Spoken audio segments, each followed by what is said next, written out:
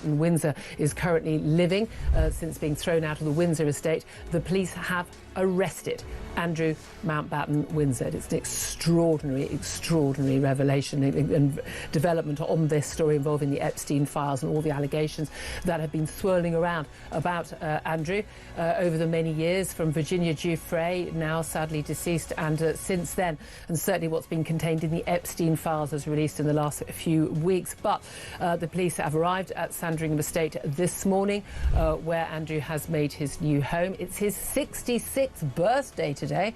What a birthday present that is. He has been arrested by the police. Of course, the brother of the current king, the second son of our late Queen Elizabeth. This is an extraordinary development. Those of us who've been talking an awful lot about establishment cover-ups and lack of, shall we say, interest by the police in what are very, very serious allegations against Andrew.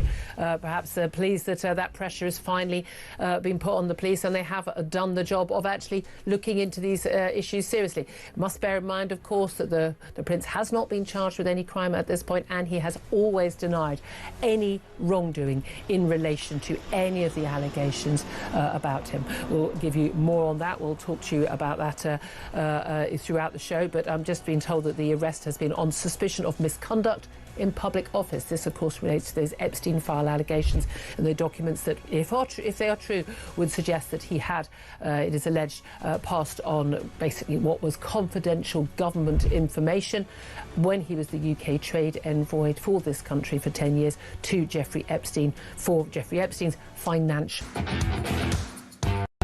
Across the UK, on DAB+, on your smart speaker, on your smart TV, and on your side.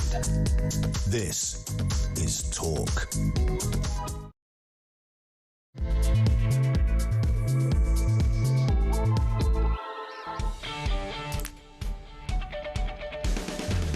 Very good morning to you. Just gone 6 o'clock. What is it? Tuesday the 7th of April. And for you slackers who weren't here yesterday, listen, we were here on bank holiday.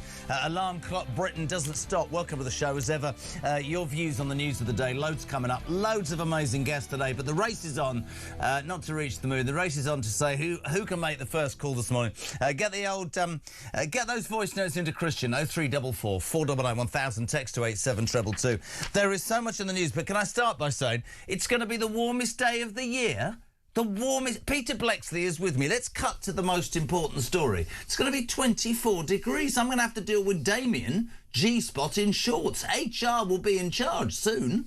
Get a hat on and get the sun cream out. Glory, glory days, eh? You're not one of them old buggers who sits at the seaside with your trousers rolled up to your knees and a sun hat on, aren't you? Aren't you out there in your Speedos, Blexley? Knotted handkerchief works for me every day. That's what we love. So wherever you are, by the way, this morning, great sunset over London this morning. Or is it sunrise? Got that wrong. Yes, sun...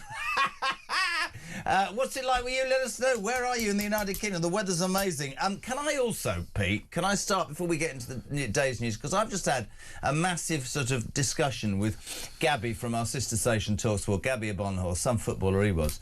And he and I are the only two people in this building. Artemis, round the moon, lovely, billions. Is it me? I think there's other things we could spend our money on. People think that's sacrilege when I say that.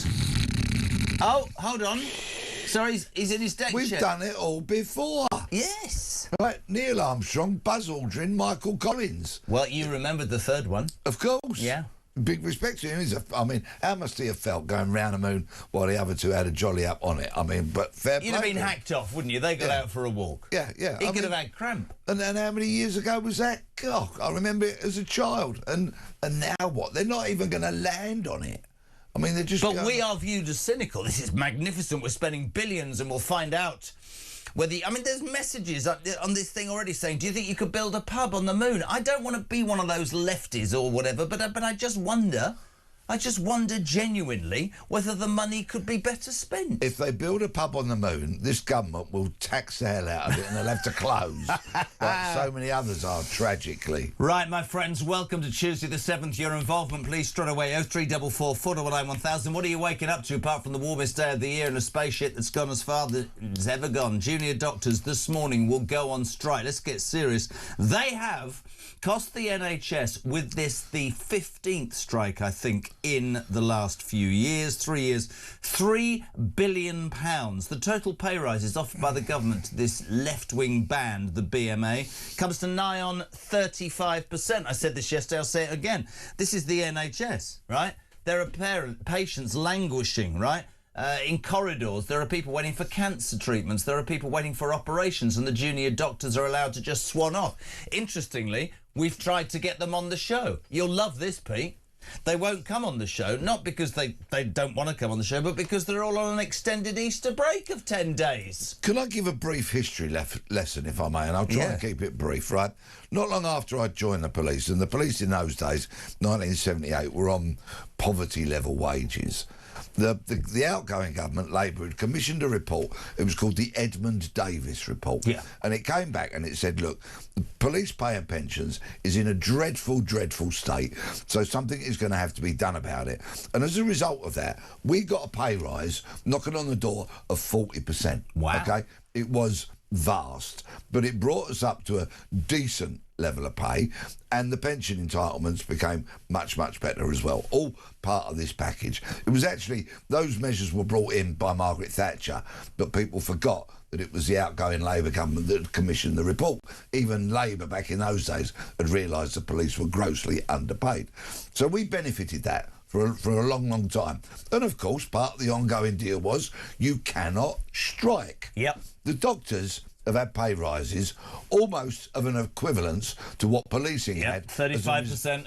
As a result of the Edmund Davis report. The fact that they are still striking shows that the BMA is just riddled with lunatic left-wing people who seem to be utterly determined to do nothing other than cause chaos, harm people, and maybe even contribute to people's deaths. And I'll go further. I said it yesterday. I'd love your thoughts this morning, please. I think there is increasingly a case for saying that the junior doctors should be treated like the police and like the army, which is, it means that it's financially they're not allowed to. They're not legally allowed to strike. Now, I'll go a little bit further, because we were having this discussion yesterday, and I think it's a good idea. I'd love to hear from you.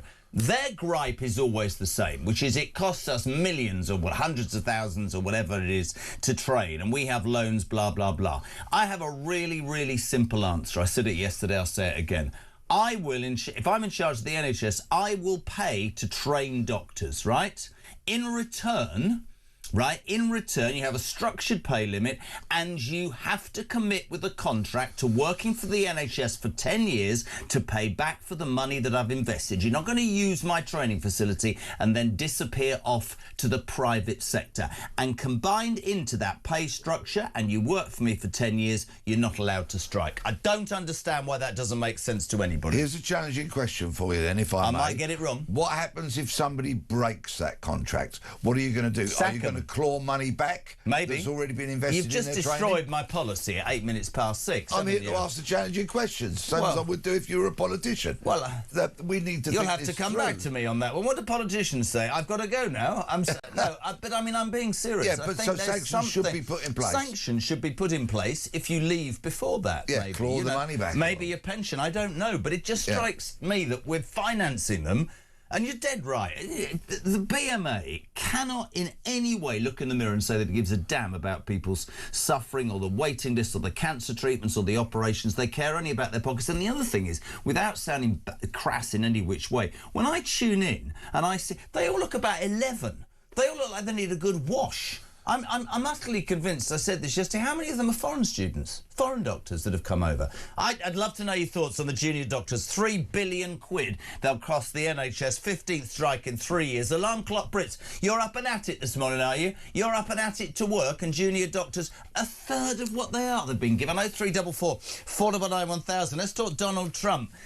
Donald Trump, again, I listened yesterday to Sir Simon Mail, British Army General, retired, who said the thing with Donald Trump is it goes from the sublime to the ridiculous. There's a lot that you go, that's genius. And there's a lot that you just think, what the hell is going on? Last night he said that he'll wipe out Iran in one night, possibly tonight. That's the entire country if he doesn't get a ceasefire deal. Let's have a listen. This is Donald last night at his maddest, I think. Here we go. The entire country can be taken out in one night, and that night might be tomorrow night. Pete, talk to me. I mean, President Trump's unpredictability is one of his great strengths.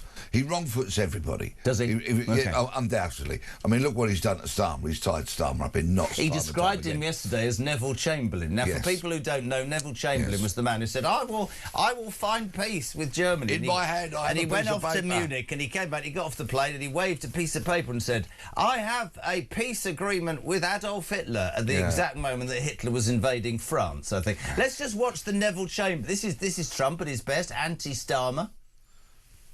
The UK has a long way to go.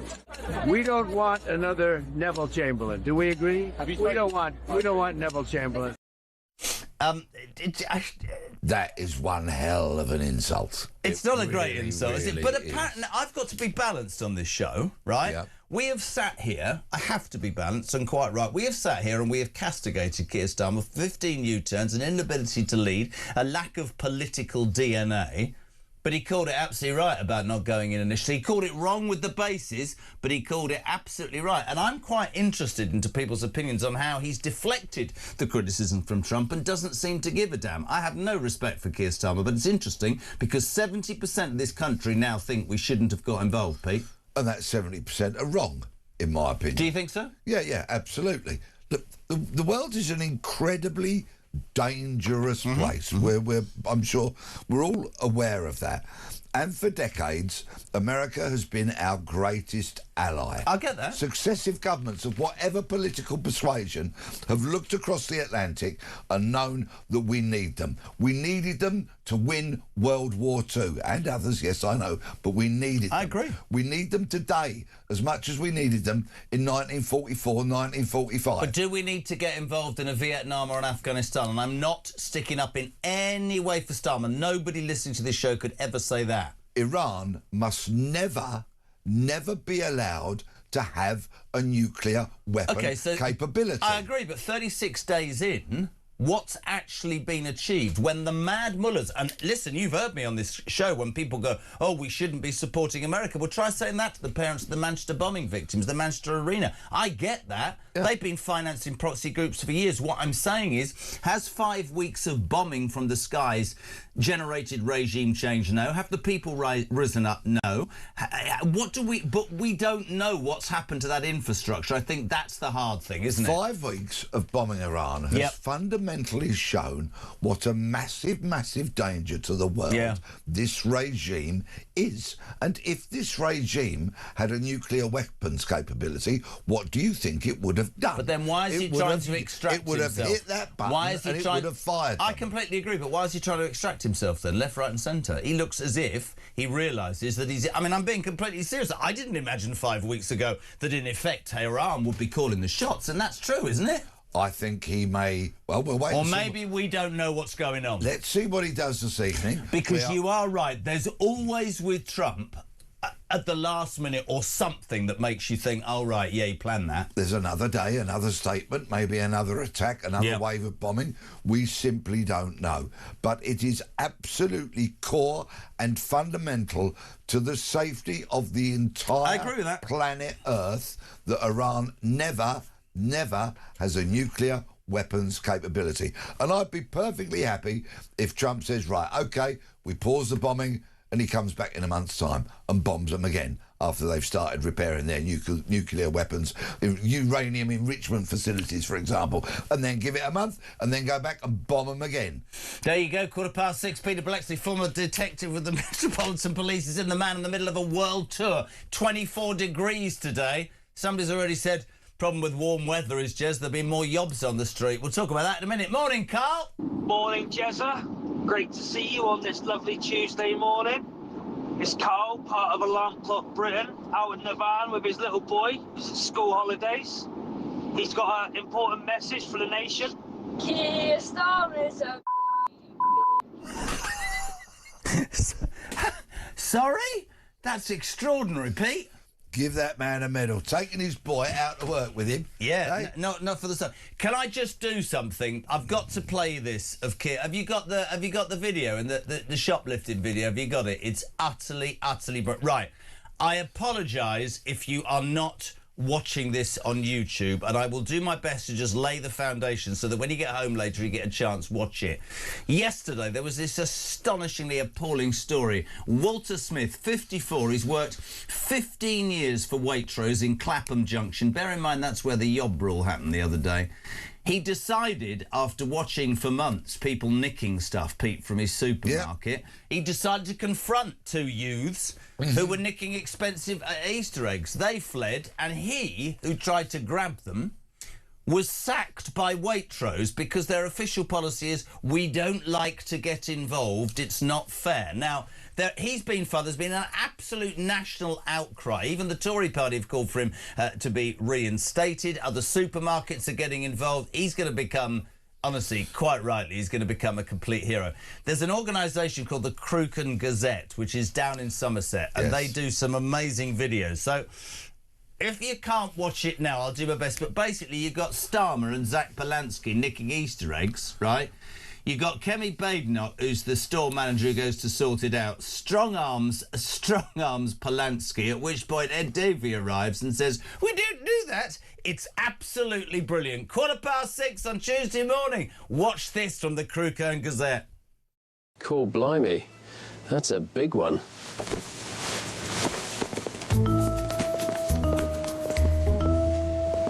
Would be tapped out here. Young lady, I believe I have just seen two jolly fellows stealing Easter eggs over there.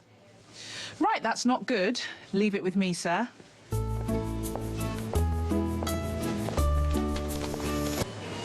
You there, stop! You got to stop! You stop! Stop! Stop! Ms. Badenoch, you cannot stop shoplifters. Waitrose does not approve of such actions. You're fired. But it's my job. We don't care. Shoplifters are right. Sorry about that, lads. Our member of staff was wrong trying to stop you. Oh, God. And then it finishes with Davey and Starmer and Polanski filling their mouths with But that's brilliant work. But it's true, isn't it, Pete? But this story comes on the back of that bus driver who tackled a robber and took back the necklace that he'd stolen and then dragged the robber back, expecting him to be arrested. And that bus driver got sacked. People that are doing the right thing these days are getting sacked. It's woven in to the DNA of all right-minded people when we are kids that there is right and there is wrong. Yeah. And wrong is not acceptable. And on this very subject, there's an article today on page 21 of the I paper. Oh, right, you've got it, I haven't, And it talks about the lawlessness on our streets. Mob rule. And there's a quote here that I actually think applies to Alarm Clock Britain very, very accurately. And the quote is, the sense is growing that those who do the right thing are treated like idiots and penalised.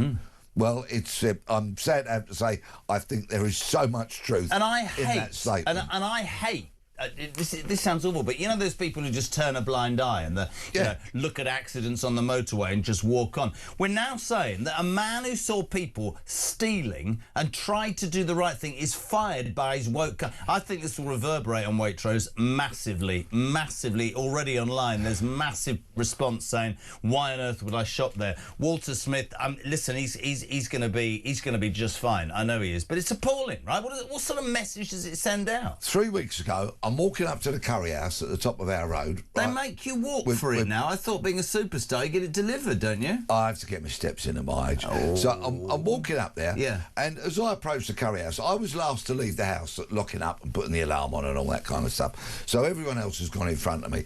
And as I walk up, the co-op's next door to it. A couple of co-op employees come out the front door, and they are having a tug-of-war over a couple of holdalls with hoodlums who have gone in there and filled them with loot. They've gone in there and stolen. So, of course, I instantly go, right, I'm going to have a bit of this and help the co-op employees. Just as they break free the shoplifters, they've got stuff under their arms in these bags and this, that and the other. They were a lot younger than me, and I was never going to catch them in a foot race. So what I do is I swing my size 12 at one of them, open and boot him and trip him over, and then I can nick him, right? But you can't nick him in at a copper anymore. Yeah, theft's an arrestable offence. Of course I can arrest him, right? So can you? So the question, because you're retired, can you still arrest somebody? It's an arrestable offence. Anybody can. Oh, right. Okay. Any arrestable what, offence. A citizen's arrest? Yes. Oh, right. Yes, okay, that's going to work. As long as it's an arrestable offence. Oh. You need to look up and know. What, before you, in the middle of a crisis, you've got to look up online whether it's okay. An arrestable offence is dictated by the punishment that can be handed down for it. Okay, cool. Yeah. So I swing my size 12 at him. Yeah. I connect on his shin, which unfortunately doesn't knock him to the ground, but it does throw him off his stride. He drops some nicked gear, which is good because we get that back, and then him and his blooming accomplice leg it, and I can't catch him.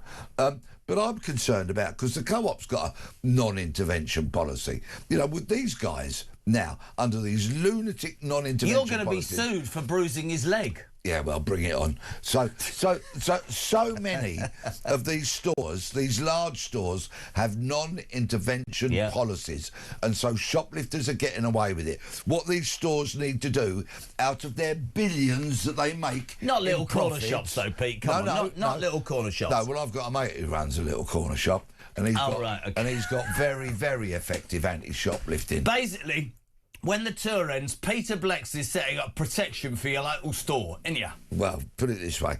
My mate, who has a small chain of stores, deals with shoplifters very, very effectively. They do not return. Anyway, moving on. Yes. These non-intervention policies, what these stores have got to do is properly hire and train security staff. Yeah, completely. Train them in self-defence, train them in restraint techniques, train them in all that kind of stuff. But we live in a world now, certainly in the country, where it's apologist. And the truth of the matter is, I've said it every single morning, we favour the propagator of violence or crime against the victim, and it's absolutely ridiculous. I'd love to know what you think about that, by the way. 0344 409 1000. Morning, Pete. Good morning, Jezza. As you know, I've always said about doctors should be golden handcuffed to the NHS, the same as dentists. They have to give back 10 years before they can leave the NHS. If they don't, then they have to pay back what it's cost the state, the country, the government to train these people, and pay it back double. You as a doctor, you're supposed to follow your Hippocratic oath, aren't you? Do no harm. Well, that doesn't really work then, does it?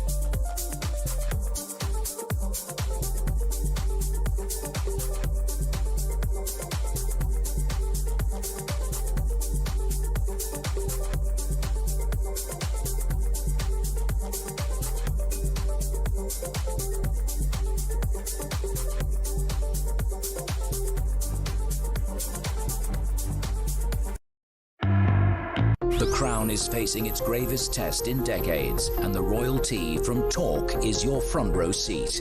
With royal reputations under pressure and probing questions about public trust, we unpack every twist and revelation with the biggest names in the business. From the throne room at Buckingham Palace to a mansion in Montecito, we follow every royal ripple. Never miss a moment of The Crown in Crisis. Subscribe to The Royalty from Talk on the app or wherever you get your podcasts.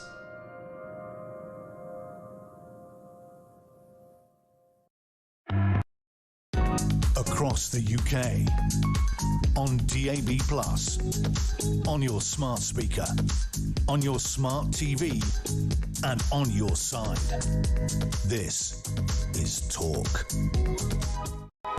Welcome back, 6:26. Peter Blexley, former Met Police detective and stage star, is with us doing the papers. How are you, dear boy? I'm very well, thank you. You know this yob rule that seemed to start in Clapham Junction? They reckon with the warm weather that's coming, that could happen even more. It's extraordinary.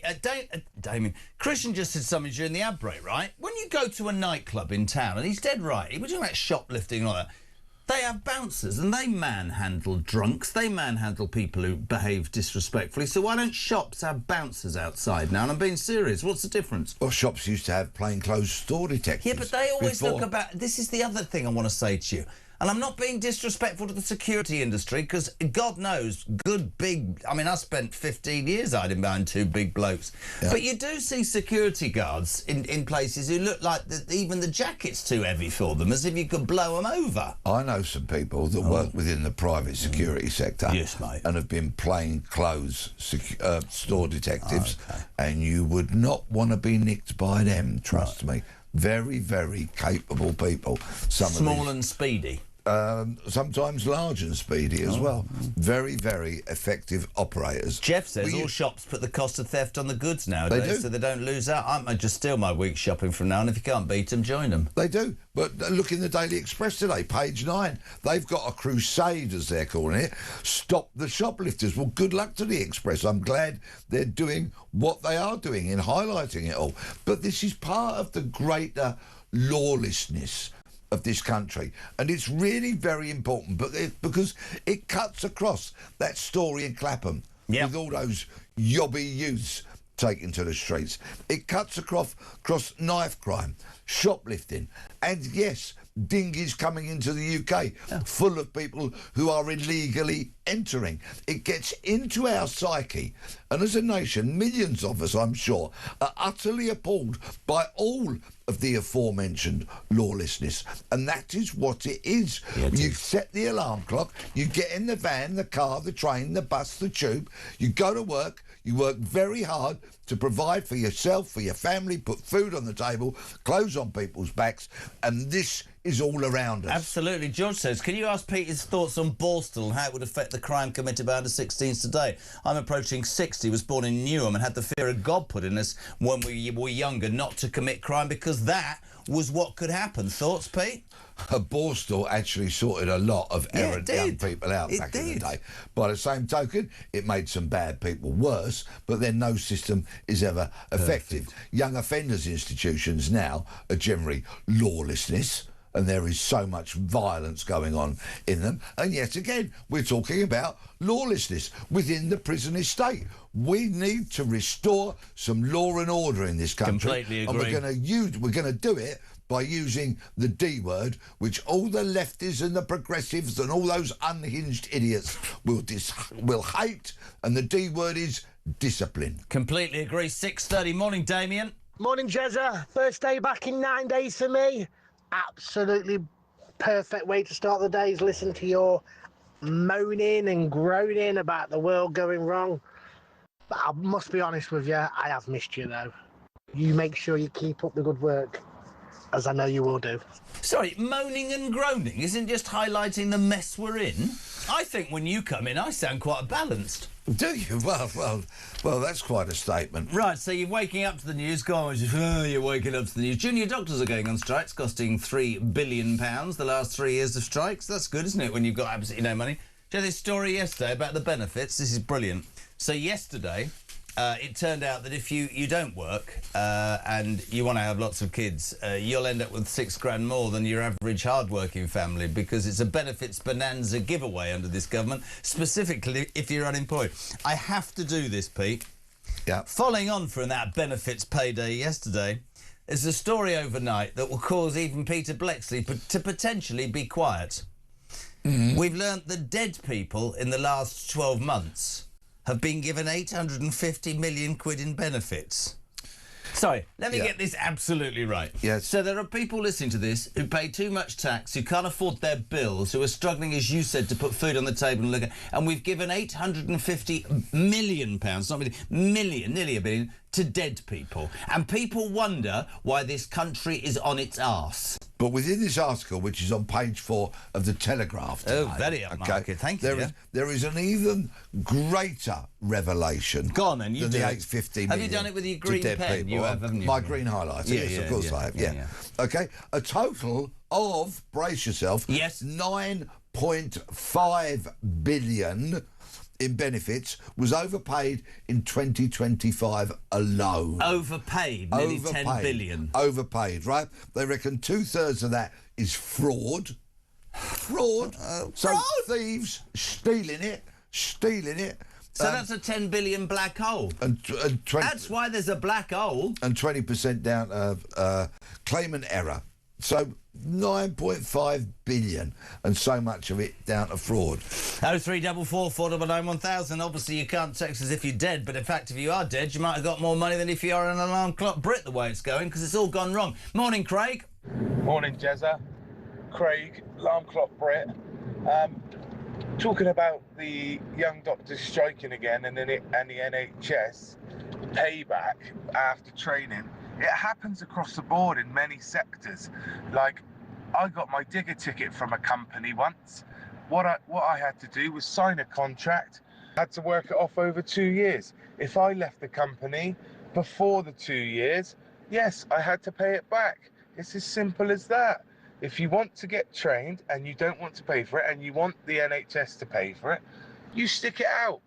That's what it's there for. Couldn't agree more. 0344 499 1000. Other big news story today, Pete, and it's literally everywhere in the Sun, page 7.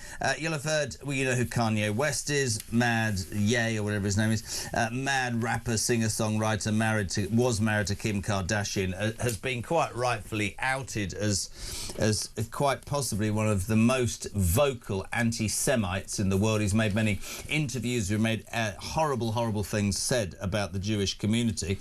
Lo and behold, some festival called the Wireless Festival, basically it's a big summer festival, decided to book him and headline, and suddenly everybody, including Pepsi, all these major sponsors, were pulling out. Overnight, Melvin Benn, you've never heard of Melvin Benn, have you? No. No relation to Tony. Anyway, the boss of the Wireless Festival, Melvin Benn, has defended booking Kanye West and urged the public to forgive him after the rapper's Nazi rant. But Home Secretary Shabana Mahmood, again saying we're not sure doing the right thing, is considering blocking West from entering Britain over his history of anti-Semitism. Can I just say something very quickly to you? Please Yesterday, because people won't have heard it, we had Starmer coming out and going, this is absolutely outrageous, absolutely awful. And I don't disagree. But where were you, Keir? Why weren't you being completely shocked and horrified at that Bob Villan rant at Glastonbury, deaf to the IDF? You didn't say anything there, did you? And you didn't say anything about the hate marches every weekend where people are burning Jewish and Israeli flags. Is this just him, do you think, Pete, trying to clasp the moment? Because anti-Semitism is rife in this country. It should be utterly cut out, not just with Kanye West, surely. I quite agree. Now, Shabana Mahmood's only had the job of Home Secretary for about 7 months. She's the longest serving one in 25 years. Yeah, she talks tough. She talks a good game. I'm yet to see any delivery on her pledges. She shouldn't be saying, I'm considering banning him. She should say, he's not coming into this country. Yeah, End completely. of considering. Yeah, I'm considering losing weight, but I won't. Why not? Because I like chocolate and beer. How many Easter eggs did you eat? 2 yesterday. Did you? Well, one was a cream egg. I had a white chocolate cream egg yesterday. How do you eat yours? Do you get it out with your tongue or your finger? Bite the top off and then pop the rest in one go. In one go? Well, no, I'll bite the top off first, have that in one go. Do you? And then do the rest in All right, Pete. Yeah. And then you roll down the pub. Yeah. How many pints did you have yesterday? 6? Yesterday. I didn't drink at all yesterday. Oh, right. No. 0344 499 1000. It's like Angela Rayner. Dear Angela's given up. She's gone. She's on the wagon. Well, I think she's probably been on the wagon before, but not to give up. What are you looking at me like that for? Yes. And wagon. So this article on page 12 of the Mail says. Now it's quite interesting. She wants to clear up her image. She doesn't want to be seen sitting in a blow-up dinghy with a fag in her mouth and a bottle of Lambrusco. Well, let's face it. If she did drink to excess, it would account for some of her policy decisions. And also, I think if you were going out with her, you'd need to drink to excess to make sure that you thought it was all right. Well, there's a rumour here that she used to have her signature party cocktail was called Venom, right? Oh. It was a bottle of vodka, a bottle of Southern Comfort, 10 bottles of blue WKD, Wicked. and a litre of pure orange juice. That's quite some cocktail. But doesn't she fascinate you? It's not just me. Does she not fascinate you as a woman? Not particularly, no. No. I just love the fact that ever since you gave up and you go on this world tour and Mrs. Blexley drives you, you've developed... You walked in the studio this morning with the biggest thumb on your forehead I've ever seen in my life. And I wear it with pride. I'm very happy to do what I'm told by my wife. Very happy. If it wasn't for my wife telling me what to do, I would be in the gutter. No, I'm with you. If I honestly, if your wife hadn't told me what to do, I'd be in the gutter. Morning, Jez. Mike from Wigan, part of Alarm Clock Britain. Halfway through my 3.5-hour commute to work in Bath. Whilst I'm not condoning shoplifting, here we go. Surely Waitrose have just given an open invitation to every Tom, Dick and Harry to just come in and help themselves. Absolutely. Morning, JK. This is Sean in Gloucester. Perhaps a solution to various political parties pandering to the feckless. We should only allow taxpayers and pensioners to vote. He wants to take the vote away from the long-term unemployed. Cheers, the doctors are on one-year contracts, so they can't work for the NHS for 10 years. They would love to. Secondly, over 50% of doctors are not members of the BMA, and those non-members are not striking. Finally, the training doctors get is as part of their role like any other job out there. Specialist training posts are like rocking horse rubbish, and if you get one, you're out the job in 3 years. Anthony in the North. Jez, tell Pete I joined the Met in 67. I went to Hendon and then to Peckham. We had no bother with shoplifters. Purchase, yeah. No CPS, just our station sergeant at the Nick.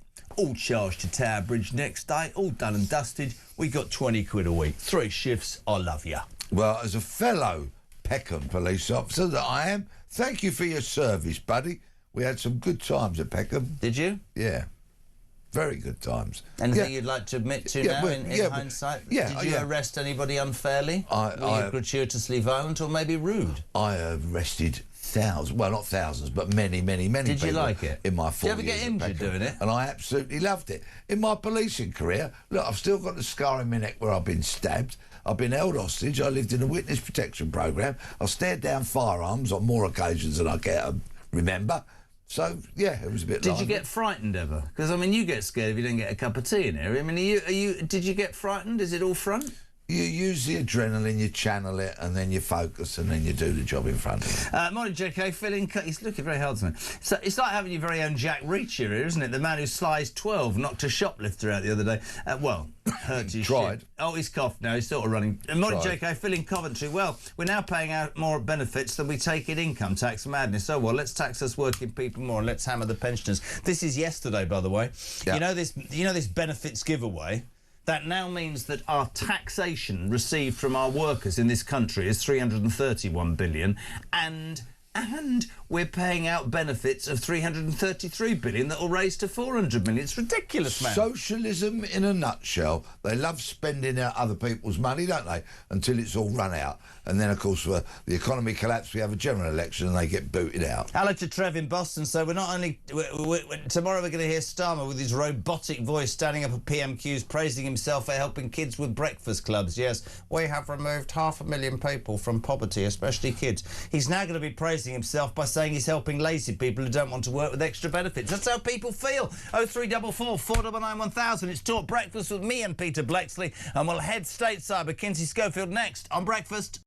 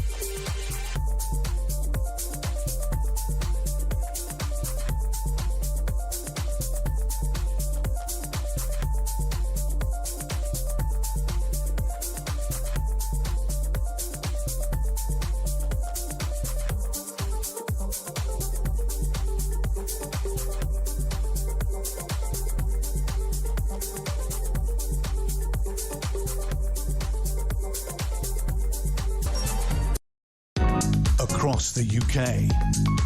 On DAB+, on your smart speaker, on your smart TV, and on your side. This is Talk. Welcome back, 18 minutes to 7 o'clock. Welcome to Breakfast on Talk. It's the home of common sense and the home, of course, of the alarm clock Britain. It's Tuesday, the 7th of April, post-Easter, and you're waking up to the news that, well, you won't get to see a doctor today because they've gone on strike for the 15th time in 3 years, and it's costing us, the NHS, well, the taxpayer, £3 billion. And that left-wing trope of whatever you want to call them, striking again. Something has to change. Genuinely think something has to change.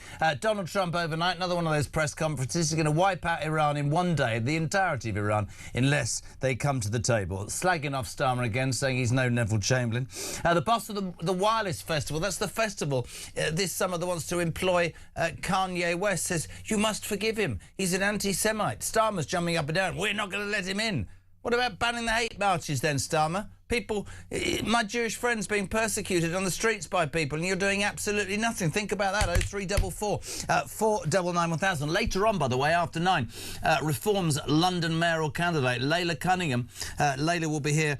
We haven't done brilliantly with the creative. We've done Ring Rob, and we're going to call it Call Cunningham, Pete. It's not, yeah. Yeah. Are you impressed by that? If you pay me, I'll come up with some better titles.Hy is it always about money with you ex-coppers? It's not always about money. Sometimes I do things for free. Backhanders you've taken in your career impeccable. It's an absolute outrage. The voluntary work I've done over the years, if only you knew. Morning, Debbie. Hi, Jezza. It's Debbie from Bedford. Spoke to you last week when he was talking about people and Pip. What a pretty crap time I have. Because it's not a lot I can do due to pain. But I'm asking for a favour. Is there any way I can buy or get one of your mugs so I can sit and drink my coffee watching your show every morning, which that's all I spend my time doing, watching Talk TV. Love the show. I'd really, really love one of your mugs. Right, now, I'm probably going to get into trouble, right? But absolutely, because I'm going to say yes to her, and the next thing is people are going to want mugs. Well, I'll say this to the management. It makes perfect sense. Debbie, phone Christian back, get your details, we'll send you a mug. Do you want a mug, Peter Blexley? I'll tell you what I want, OK? Got a pay rise, here we go. No, Debbie, struggling, life on PIP, disability, good girl, can't live her life like she'd like to. Just look at what we've been talking about today. Yeah. That $9.5 billion in 2025, right, 2/3 of which is fraud, I'd like that to be sorted out. I'd like all the people who are claiming benefits that shouldn't do, the shirkers, yes, and those people who lay on the sofa all day in their urine-stained jogging bottoms watching daytime television because they're too bone idle to get off to set their alarm clocks and to get off their backsides and to go and earn a living. I'd like all of that to be sorted out so that people like Debbie could be paid more and could have a better standard of living. Couldn't agree more, and that's the argument, you see, because whenever we talk about benefits on this station, people naturally get, oh, what are you saying? Are you saying I'm genuine and that should go? No. In fact, the fact it's being defrauded and game played by so many means people like Debbie, who will be getting a mug, genuinely, she's missing out. 7:45 0344 499 1000. Your views on the news of the day, you would talk. It's so good, by the way, for you to tune in. Thank you so much indeed. People all over this country have suddenly found Talk and again. That's quite commonsensical, isn't it? Yes, that's the whole point, right? Common sense, right? Your chance to have your say. Let's go. Well, I'm sort of. How'd you get there? Sort of left about 8,000 miles. Let's go to California. The legend that is Kinsey Schofield. Good morning, gorgeous. Hi, I want a mug. You want a mug? I want a JK mug. You can have the real thing. Oh. I'm joking. So, see, this is going to happen now. I'm going to leave this building, this studio, at 10 o'clock, and probably Ricky, because he's a bit like that, or somebody else is going to go, you can't be offering mugs, that's going to cost us money. Well, tough. I think Debbie deserves a mug. Bless him. Look, Tommy's just walked in. Do you think Debbie deserves a mug? Nodding. You see, this is what happens, people who don't want to... Nodding doesn't work. Kins, good morning, my darling. How's life in America, by the way? How are you dealing with the Donald? It's a bit up and down, isn't it, at the moment? You know what? I was on a vacation last week, completely oblivious to everything. I consumed mass amounts of champagne, and I'm just now re-entering the real world. So I I can tell you I'm excited for King Charles's visit on the 27th, 28th in D.C. It sounds like everything is all systems go. But other than that, I've been oblivious to the real world, and I enjoyed every second of it. Are you going to D.C. for when Charlie arrives? I am, yes. Do you want to be honest? Because we've worked together a long time. Do you want to be truthful about why you've been away? She's been in rehab, ladies and gentlemen. That's entirely what she fought a champagne addiction. That's what we're talking about. I'm only messing. I'm only messing. Well, I was a little nervous because I was staying with a friend and I have a crush on her son. And I was like, does he know? Sorry. Can we... This is the Jeremy Kyle show at 7:15 in the morning. Sorry, do you want to talk about... My 84-year-old friend and her 58-year-old son. And I was like, does he know I have a crush on her son? Did anything happen while you were staying there? I wish to God I know, but I really, you know. Have you told him? Have you? I'm going to get back. I'm getting ready for retro. Have you? What's his name? I'm not saying it because he's a celebrity, so I'm not. I don't want to say he's that. a celebrity. Yes. Do we know him? I mean, I do. Is he an actor, a singer, a dancer? What is he? A chat show host? He's a producer and he's on Bravo. Ladies and gentlemen, please welcome him to the Jeremy Kyle Show. No, I'm joking. On he comes, and then there's a big argument, and then they get married with a ring I provide. Right, listen, let's talk... Oh, bless you. We want that to happen. You know I'm going to dig now. I'm going to dig. I'm getting him on the show tomorrow morning. Andrew Mountbatten-Windsor, we saw stuff over the weekend. The thing is we've had a bank holiday here, which it means that people haven't been at work. Lots of stories coming out. Apparently, he won't move out of the house that he's sitting in whilst another house happens, and he had a few words with his brother. Also, this morning, he had a physical altercation with one of Queen Elizabeth's most senior aides. The former Duke of York is said to have lashed out physically at Vice Admiral Sir Tony Johnson-Burt, Master of the Royal Household, after he was told he could not accommodate a pitch at Palace event at BP. He feels that everybody's out for him. Can I just ask you a question, which is probably... I know exactly what you're going to say. Do you think enough is enough yet? Do you think he's being unfairly treated, Andrew Mountbatten-Windsor, or not? I mean, I think what we're doing now is trying to hold the royal family accountable for protecting him in the past. I mean, Andrew has always been the royal family's ticking time bomb. For decades, people around the palace knew the entitlement, the arrogance, the sheer nastiness of the man was never exactly a secret. It was whispered about in, corridors, joked about behind closed doors. I think it was quietly tolerated because he happened to be the favorite son of Queen Elizabeth. And what we're seeing now is the world saying, actually, I do have an Andrew story and I'm ready to hold him accountable, but I don't think it's unfair if it's the truth. No, I agree. Apparently the altercation would describe by one member of staff as a kinetic blowout that caused astonishment. He has always been known as that. I'm fed up. I'm being completely serious. I'm fed up seeing pictures of him. I know it's going to take months and months and months, and whether he ever comes to court or not. But I also understand very much that there are people who will go, well, hold on a minute, and said it to Pete earlier, Britain's struggling, right, Pete? And then you just think to yourself, well, his idea of being exiled is to have a chef and a valet somewhere at Sandringham. But while we're talking of him, and while we have Kinsey on the line, there is a really good news story for every man, woman and child in America today. Kinsey Schofield fancies somebody on Bravo. We will be finding out who after this break. Sorry. And that story is that Sarah Ferguson has vowed never to go to America again. There should be street parties. They should make it a bank holiday in America because Fergie is never going I don't believe. I think she will do anything to hawk that story. Don't you, Kins? Yeah, I don't believe, if the right opportunity comes along and the dollar amount is acceptable to her, I think she'd be on the first, she needs the private, maybe the private jet, but I think, she's so totally centered on money. If somebody offered her, I mean, honestly, I completely am with Kins. I really am. Also, this is a very shocking story, both of you. I want you to try and be calm on this. Prince Harry and Meghan Markle reportedly burned bridges with their book publisher amid the next Netflix fallout. Is there anybody those couple of lowlives haven't fallen out with on their quest for global domination? The ginger one and the angry American?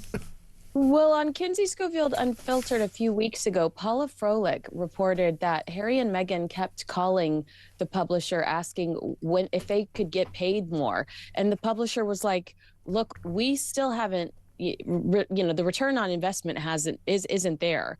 So they kept calling going, when can we expect another check?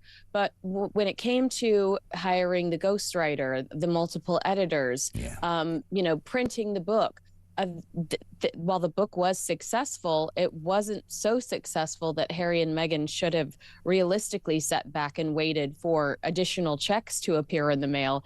And the publisher was exhausted by the entitlement and the ridiculousness. Entitlement, such a word that transcends those two and also Andrew, isn't it? Kins, I want you to be honest with me.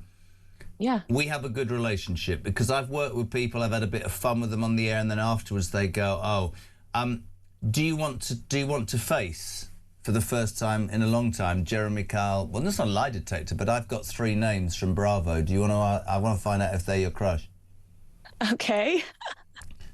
Is it Alex Baskin? No. Is it Patrick McDonald? No. Is it Bill Langworthy? Thank God, no. I did none of those. Oh, God! I can't control myself on the show this morning. We need more. She's got a crush on the 58-year-old son of a friend who's 80. From when you said it, we thought the guy would be about 20 and we were in real trouble. I know. That's why I clarified. I did Is clarify. it Michael Beck? No. I mean, honestly, anybody that looks at my Instagram is going to know who it is. So it's not that big of a secret. But he does. I mean, I told him. I said, I'm going to marry you one day. He laughed. I said to his mom, do you think he knows I'm going to marry him one day? And she said, definitely not. Do you think you're getting a bit of reputation for this? Because you've said that about me as well. And I think there's a slight I've never said that because I love your wife. I know you do. I love your wife. So do I. Absolutely. Bless you. I love you dearly. We just love having you on.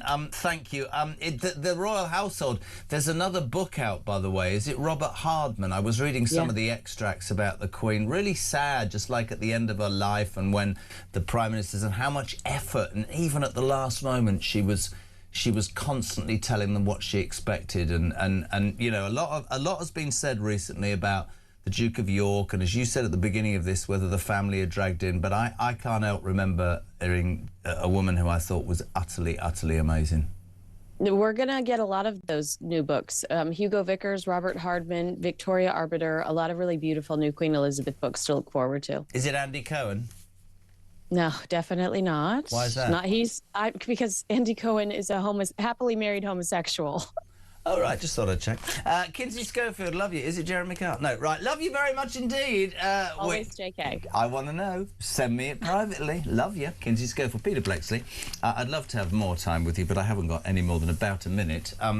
What's the most important thing about today, my friend? Well, there's something. If we rewind to the top of this hour, you had a voice note from one of the wonderful audience who said the better weather might bring yobs onto the street once again.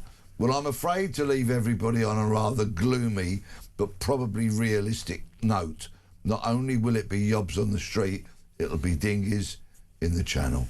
When is this lamentable government going to do anything about it? Where's the tour next? Starts again on Thursday. Where is it? Shrewsbury, Thursday and Friday, both sold out.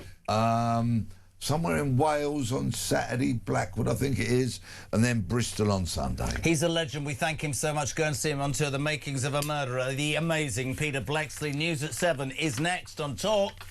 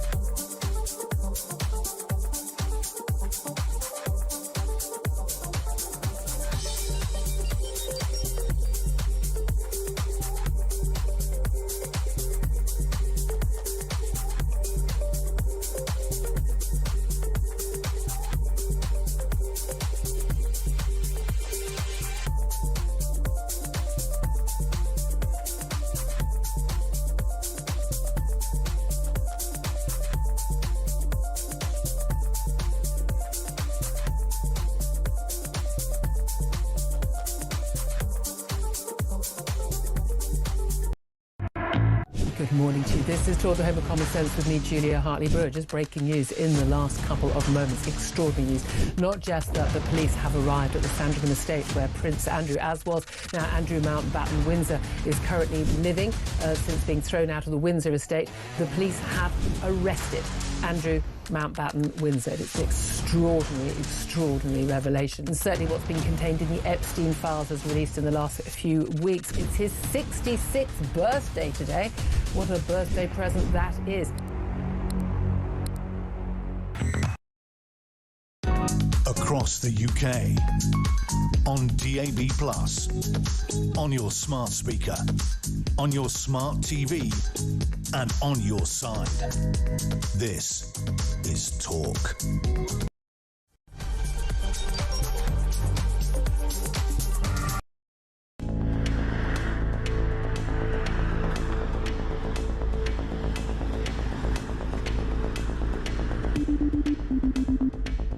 Fancy returning to the front line as Foreign Secretary? I am going to return. I am going to return. To the people from whence I came. Hello, I'm Peter Mandelson, and I'm proud to serve as His Majesty's British Ambassador to the United States of America. I feel a tremendous sense, a profound sense of sympathy for those people, those women who suffered as a result of his behaviour and his illegal criminal activities. And secondly, I regret very, very deeply indeed carrying on that association with him for far longer than I should have done. The Ambassador has repeatedly expressed his deep regret for his association with him. He's right to do so. I have confidence in him, and he's playing an important role in the UK-US relationship. Mandy's out 4 decades and 3 scandals, or 3 that we know about. Guess what? Number 10 knew all about it. They knew that he lived in Jeffrey Epstein's flat.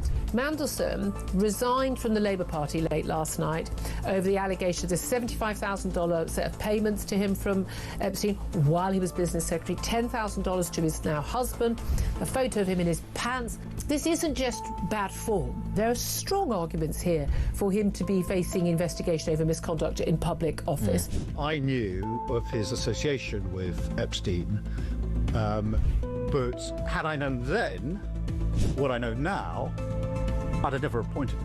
Breaking news that Lord Mandelson, Peter Mandelson, has now been arrested. So Mandy and Andy have now both had their collars felt. This is the establishment, the British establishment on trial. Came to us around about 5 o'clock when we learned that we saw footage of Peter Mandelson being led out of his London home in very exclusive Regent's Park by 3 coppers. Now we have all these allegations, we have all the documentation related to those allegations, which Downing Street is being forced to put out. The first tranche of it will be early next month.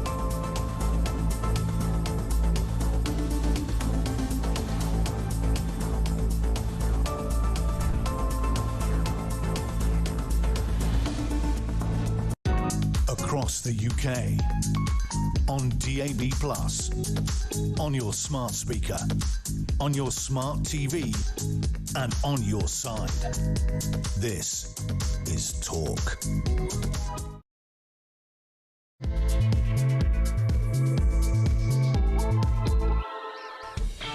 Hey, very good morning to you. Just gone 7 o'clock. We're live and exclusive across the UK. It is Talk Breakfast, the home of common sense and the home of the alarm clock Brit. What are you waking up to, you lucky people, after the bank holiday? Well, doctors have gone on strike, so you've got no chance in hell of having a doctor's appointment. By the way, don't know what you think.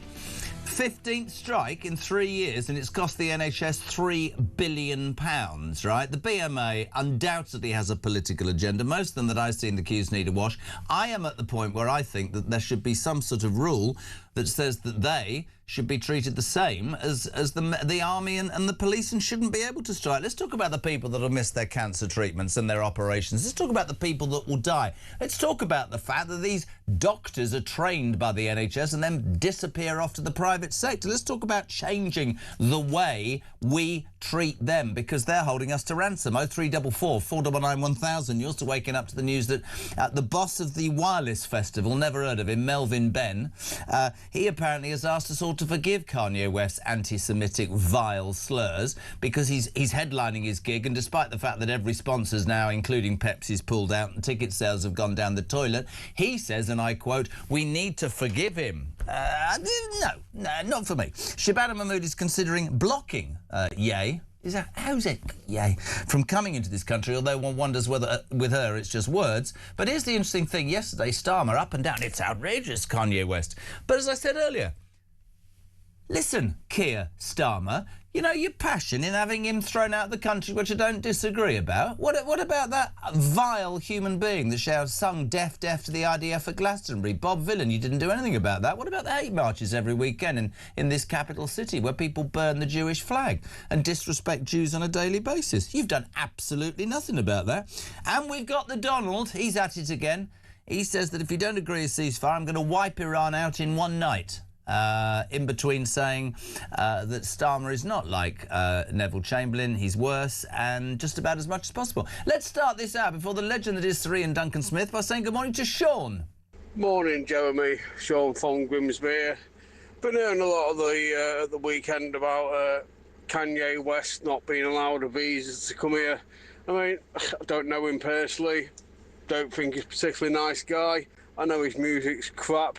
However, you know, we have hate marches against Jews every week. We have ambulances getting set on fire. We have radical imams at mosques spouting off all sorts of nonsense. And yet, for some reason, Kanye West is the problem. Someone can make it make sense, then I'm all ears, mate. Great show. Good man, 7:05, 0344 499 1000. We said very good morning to a man who's booked for the papers, so we've had him in anyway. James Price, former government advisor. Good morning. Hello, my friend. Thank you for having me in here in person. So they told you to come at 6. Yes, I mean, what's going on? Well, you know, I don't sleep, I wait. So it's fine. You wait for the phone to ring. That's it. Let's say a very good morning to my first guest this hour, who you'd know well. This man, it always spikes the audience because he's honest and straight. Sir Ian Duncan Smith, former Tory party leader. Good morning, Sir Ian. How are you? Morning. Not so bad. It's early morning, but I'm very happily up. My friend, let's start with the main news story of the day, striking doctors. I know what I said for many isn't right. Hottest day of the year so far, and there they are, doing their business. 15th strike in 3 years, a staggering $3 billion at the cost to the NHS. I've heard all about, they this and they that. They've had 35%. People will die, people will miss out on treatment for cancer, and people will miss out on operations. And we can't get anybody from the BMA to talk to us, Sir Ian. You know why? Because they're on a 10-day holiday. Enough's enough, isn't it, my friend? Yeah, I was against it when they first struck. I think two completely different governments have tried and completely failed. They've been intransigent. I think that the BMA is in the grip of a very political sort of far-left group who have been determined to have their way. Now, if you compare what they're after to what most people have been having to put up with over the last few years because of the problems over COVID, and then, of course, the Russian attack on Ukraine brought real issues and problems to the UK and to other countries too. And yet it's here that they are striking. I don't see this happening in any other country at the moment, and they're now claiming huge sums of money. The government, of course, the irony of this is the Labour government said, not a problem, Conservatives are useless, they wouldn't be able to do anything about this, we'll settle this as soon as we get in. And what they're finding, actually, is when you deal with an intransigent group who I believe are highly political, it doesn't matter whether you're Conservative or Labour, they are not prepared to be reasonable about any of this. And the result now, which was astonishing, really, because 10, 20 years ago, you would never have heard of this happening. But they're striking, and that people will suffer as a result of it. And I don't think that the public is with them over this at all. I think they think that actually nobody else has had settlements like the one that they've already been promised, so it's time to pack it up. He's absolutely right, isn't he, James, Sir Ian? Because the bottom line is, I go further, and I've said this, I don't know what you think, I don't know what Sir Ian thinks. I think there's an argument very soon for, right, we'll pay, this is what I would do, we'll pay for your training, right? But in return for that, right, you are going to sign a contract that says that you will work for the NHS, you won't take my training and cost me money and disappear off to the private sector, you will work for whatever the contract is, 5 or 10 years, and if you leave, we'll claw money back via whatever means we have to.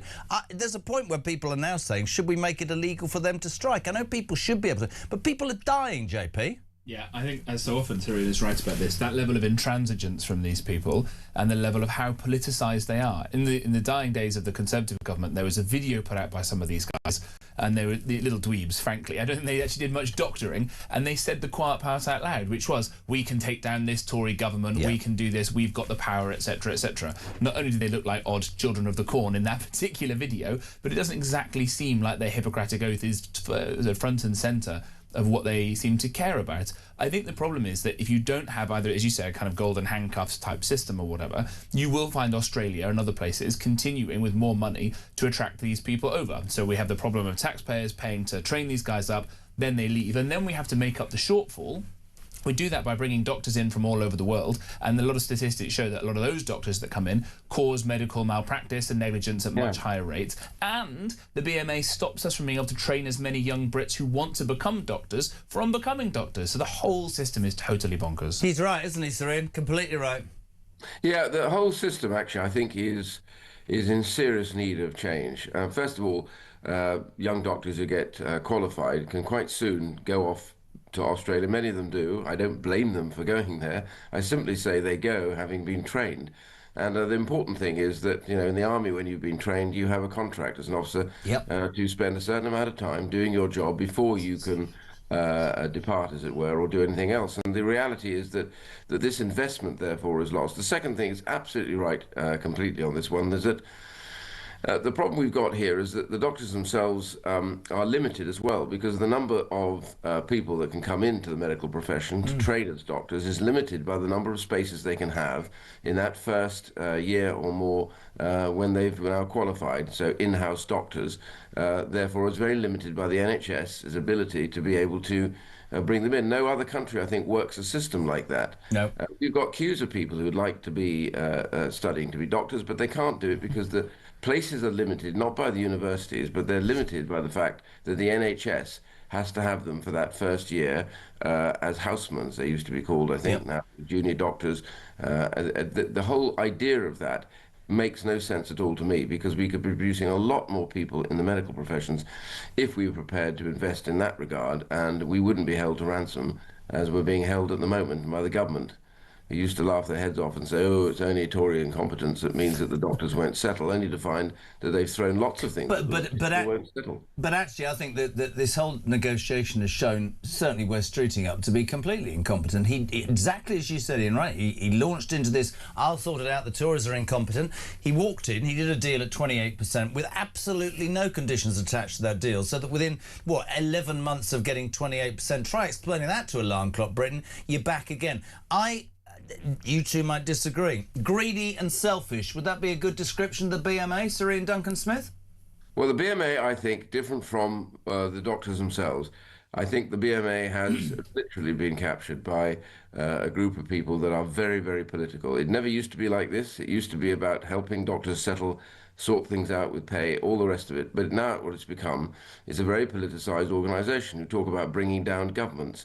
I mean, this is absurd, and it could just not have been feasible in the past. So the reality is the BMA itself is made up by a lot of doctors who actually, I suspect, don't really want to have to go on strike, and I think would prefer to sat around the table, continue discussions, rather than bringing, because lots of people who are going in for their treatment in my constituency and wider are going to be very worried about that. So I'm concerned about those people. Of course, there are things to be settled. Yes, there always are. But the reality is when you're in a position like being a doctor, a medic, a nurse or whatever, I think you do your level best to settle rather than to go out on strike. I mean, I agree, JP, with what Serene's saying, but the ones that you see on television, I agree that the BMA seems to have this left-wing stranglehold, but the ones that you see on the streets who won't come on shows like this and look about 19...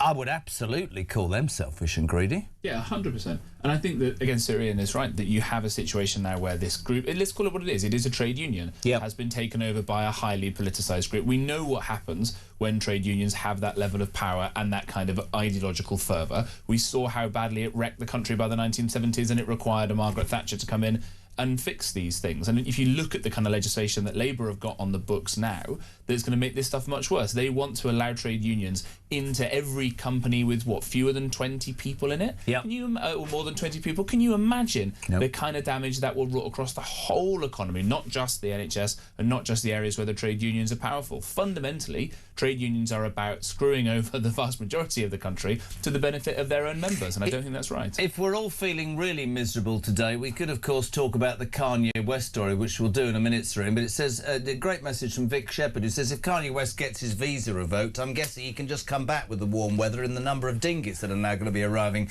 in Great Britain in the next few days. That's going to happen, isn't it? The warmest day of the year. That's the next thing that's going to happen, isn't it, Ian? That'll be that'll be in the news for the next week or so. Without doubt. And I have to say again, a little bit like the doctor strike, the government came in and said, it's just Conservative incompetence, we'll be able to stop the boats, we're going to smash the gangs. And I said at the time, good luck with that one, because the gangs themselves are driven by the fact that people coming across will pay significant sums of money to get on those boats and risk their lives. Why? Because they know that if they touch the UK with their feet, they will be here and they won't be sent away. What is the deterrent? The deterrent, is no question, was the Rwanda scheme, where you have to say, when you say to people, if you come here illegally, you will be on the next flight back out, but this time you'll be going back to a place which is further away from anywhere that you've actually come from. And the reality for that was, we saw the reaction when people realized that. Number one, people stopped climbing onto the boats because they were scared about paying money, a lot of money, by the way, they pay to get on those boats, and wasting it because they thought suddenly they'd be sent away. And a load of them went across to Ireland to try and hide away from what they considered to be that deportation. So the government's going to have to think again, re-embrace that scheme, there's no question about it, and say, if you come illegally, you have no right to remain here. If you go through the legal channels, fine. But if you come illegally, you simply will not be allowed to remain. I've said it for a long time. I don't know how we do it. I think they need... You said something there that just resonated with me. The minute you touch 1 foot on British soil, every benefit in the world comes your way. I think we need to come up with a system that says that that's not possible. The reason this story started, both of you, is, you know, I'm sure, the Kanye West story, Kanye West, an anti-Semite who's been utterly disgraceful. Some of the slurs that he's made have been awful, Nazi rants, and he has been dropped by all sorts of sponsorship deals and sort of ostracised, quite rightly. Anyway, the Wireless Festival is a music festival in London. The last week or so, it turns out he's going to headline this summer. Several sponsors, including Pepsi, have told them to do it. Overnight, the boss, Melvin Benn, has defended, saying we should forgive him after, you know, he's going through a terrible time, mental health. Home Secretary Shabana Mahmood says, I'm considering revoking his ability to come. Former Chancellor Sajid Javid overnight said Wireless Festival's booking of Kanye West is disgraceful. Yes, says Sajid Javid, he's spoken about mental health challenges. That should be met with sympathy, but declaring yourself a Nazi and promoting a song called Heil Hitler should have consequences. All of us, I'm sure, agree. I just want to talk about Starmer. He came out of the traps like you wouldn't believe Saturday. Kanye West shouldn't be allowed in this country. We're going to do everything. But start with you, James. What about that vile Bob Vylan at Glastonbury, death to the IDF? What about these hate marches where the Israeli and Jewish flags burnt? Nothing from our Prime Minister at that point. Nothing at all. No, of course not. Why would he want to be consistent about these things? Bob Vylan, by the way, is headlining a concert down in Malmesbury. I drove past the other day the poster for it. I think, hang on a minute, that's the same guy who screamed, let's go and kill the Jews, basically. And was left on the BBC streaming service for 5 hours. Absolutely astonishing. Of course, one thing I would say is that with views like that, Kanye or Bob Vylan would be very welcome on those dinghies, because I suspect some of the views of people coming over and breaking into the country are probably not that dissimilar when it comes to unenlightened opinions about Jewish people. No consistency, Ian, is there at all, from Starmer on this? Well, they've got the power, so they could do it tomorrow. They could do it now. And they're waiting for others, the sponsors, to back off before they decide whether or not it's a popular move. Government is not always about making popular moves. It's about doing what they believe to be right.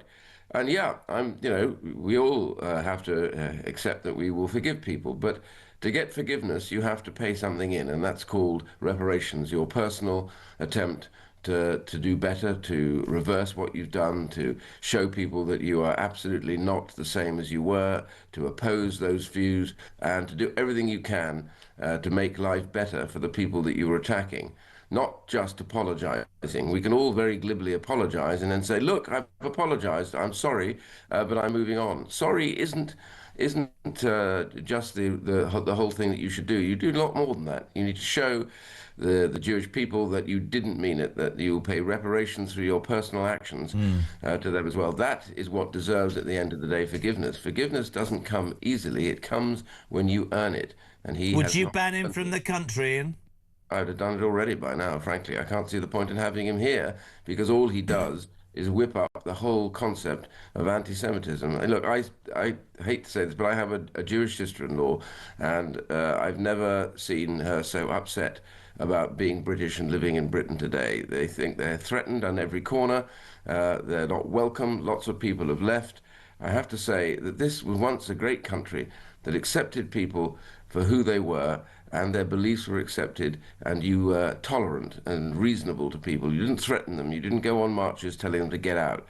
I mean, you know, when that last happened, we opposed it back before the Second World War. Now, hate marches are becoming part of what we are, and I'm ashamed of that. So apology doesn't earn it. You earn that apology. You earn the right to be forgiven. He has done none of that. It's too easy for a multi-millionaire to sit there taking his drugs and everything else and then say, well, I'm sorry.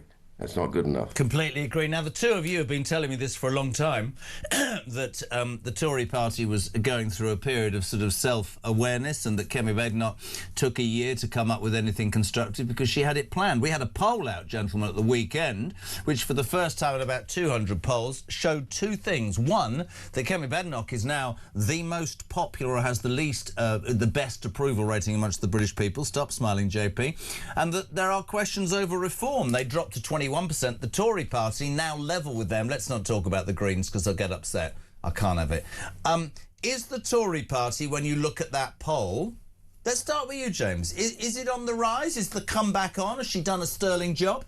Well, I think that whatever happens, the kind of survival of the fittest between the two parties of the right has been a really good thing, because reform has forced the Conservatives to reckon with the failures that we had in government, to get a lot more serious and sensible when it comes to immigration, start talking about cultural issues, which Kemi Badenoch has done really well. And at the same time, the Tories have forced reform to get a lot more sensible when it comes to economic policies. And I don't think you can really put much of a fag paper between the two parties on all sorts of issues now, which if these polls continue bearing out, and you're going to need to have some kind of coalition or agreement or whatever it may be in order to keep these absolute nutcases out at the next election. In some ways, it's the best of all worlds. You've got the energy and the new thoughts of the reform guys, and you've got people like me and Saria with scars on backs and knowing what it's like inside government, so you don't fall for the same pitfalls. It could be the best thing for Britain. Who knows? Ian, both Nigel Farage and Kemi won't even entertain this, but I just want to put a question to you. You led the Tory party. In 2.5 years, if I mean, because this government, it's going to get worse and worse. You look at the Green Party, it's beyond me that a fifth of the population in this country can support them, and it frightens me, actually.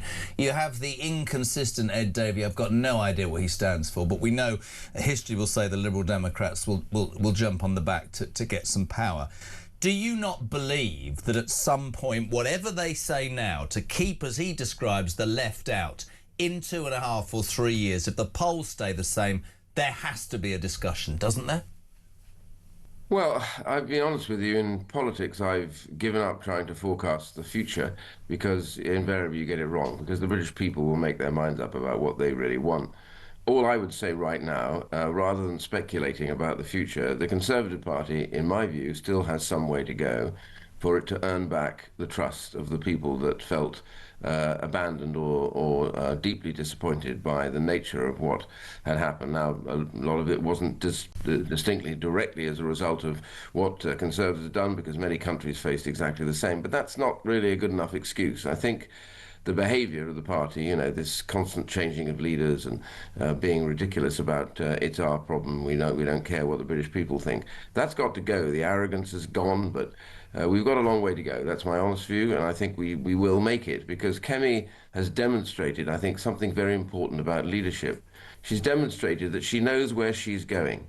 and she will take the Conservative Party in that direction. And the British people like, I think, the direction that she's going. They like her frankness. They like her, assurance. They like the way she's taken on Starmer and completely dismantled him across the dispatch box, because she sounds and looks like somebody who has a journey, and they're on that journey, and they want to take the British people with them. And I think this is an important feature. So to earn the right to even think about that is the critical issue. Mate, it's always an absolute pleasure to have you on. Thank you, as ever. We'll speak to you very soon. Sir Ian Duncan-Smith, former Conservative Party leader, on Talk Breakfast 7:23. We're live across the UK. JP, before we go to an ad break, just a personal opinion. He should have been the Prime Minister's country. I think he's just incredibly erudite and gets it and speaks from his heart. I think he's one of the few party leaders I can think of who really puts the idea of morality into politics. You think about, if people should go, after he stopped being party leader, he went off and thought, right, how can I actually help make things better? And that's where a lot of the welfare reforms came from. Absolutely. Of seeing people in this country whose life were being ruined, whose potential was being squandered. You just know he's doing it for the right reasons. Exactly right. And then I look up at the really screen and got Wes Streeting on Sky, because he won't come here, and he looks, looks like a man who's been found out. Well, you did plot, didn't you, Wes? 7:25. Morning, Dan. Morning, JK. It's Dan from Kent. Let's get this right. Shoplifting's now moved on. It's now industrial theft. These people will come in, they'll clear entire shelves of all the stock because there's no consequences. Why do we have major problems with knife crime, antisocial behaviour, kids running amok through high streets, and now shoplifting? Because we have a soft police, we have a soft justice system. You get all the security you want in a shop. If the company policy don't allow those people to be apprehended, then these problems will just continue.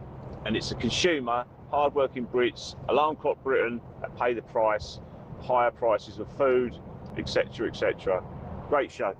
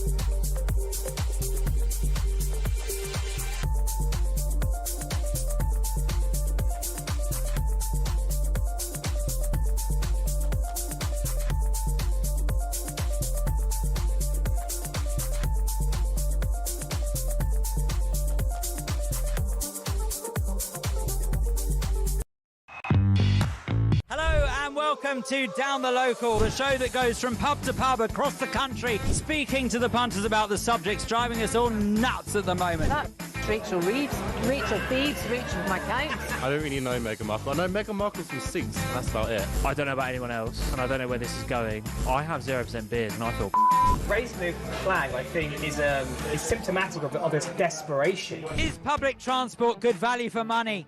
No, it isn't. You really don't like speaking to people. Across the UK, on DAB+, on your smart speaker, on your smart TV, and on your side. This is Talk.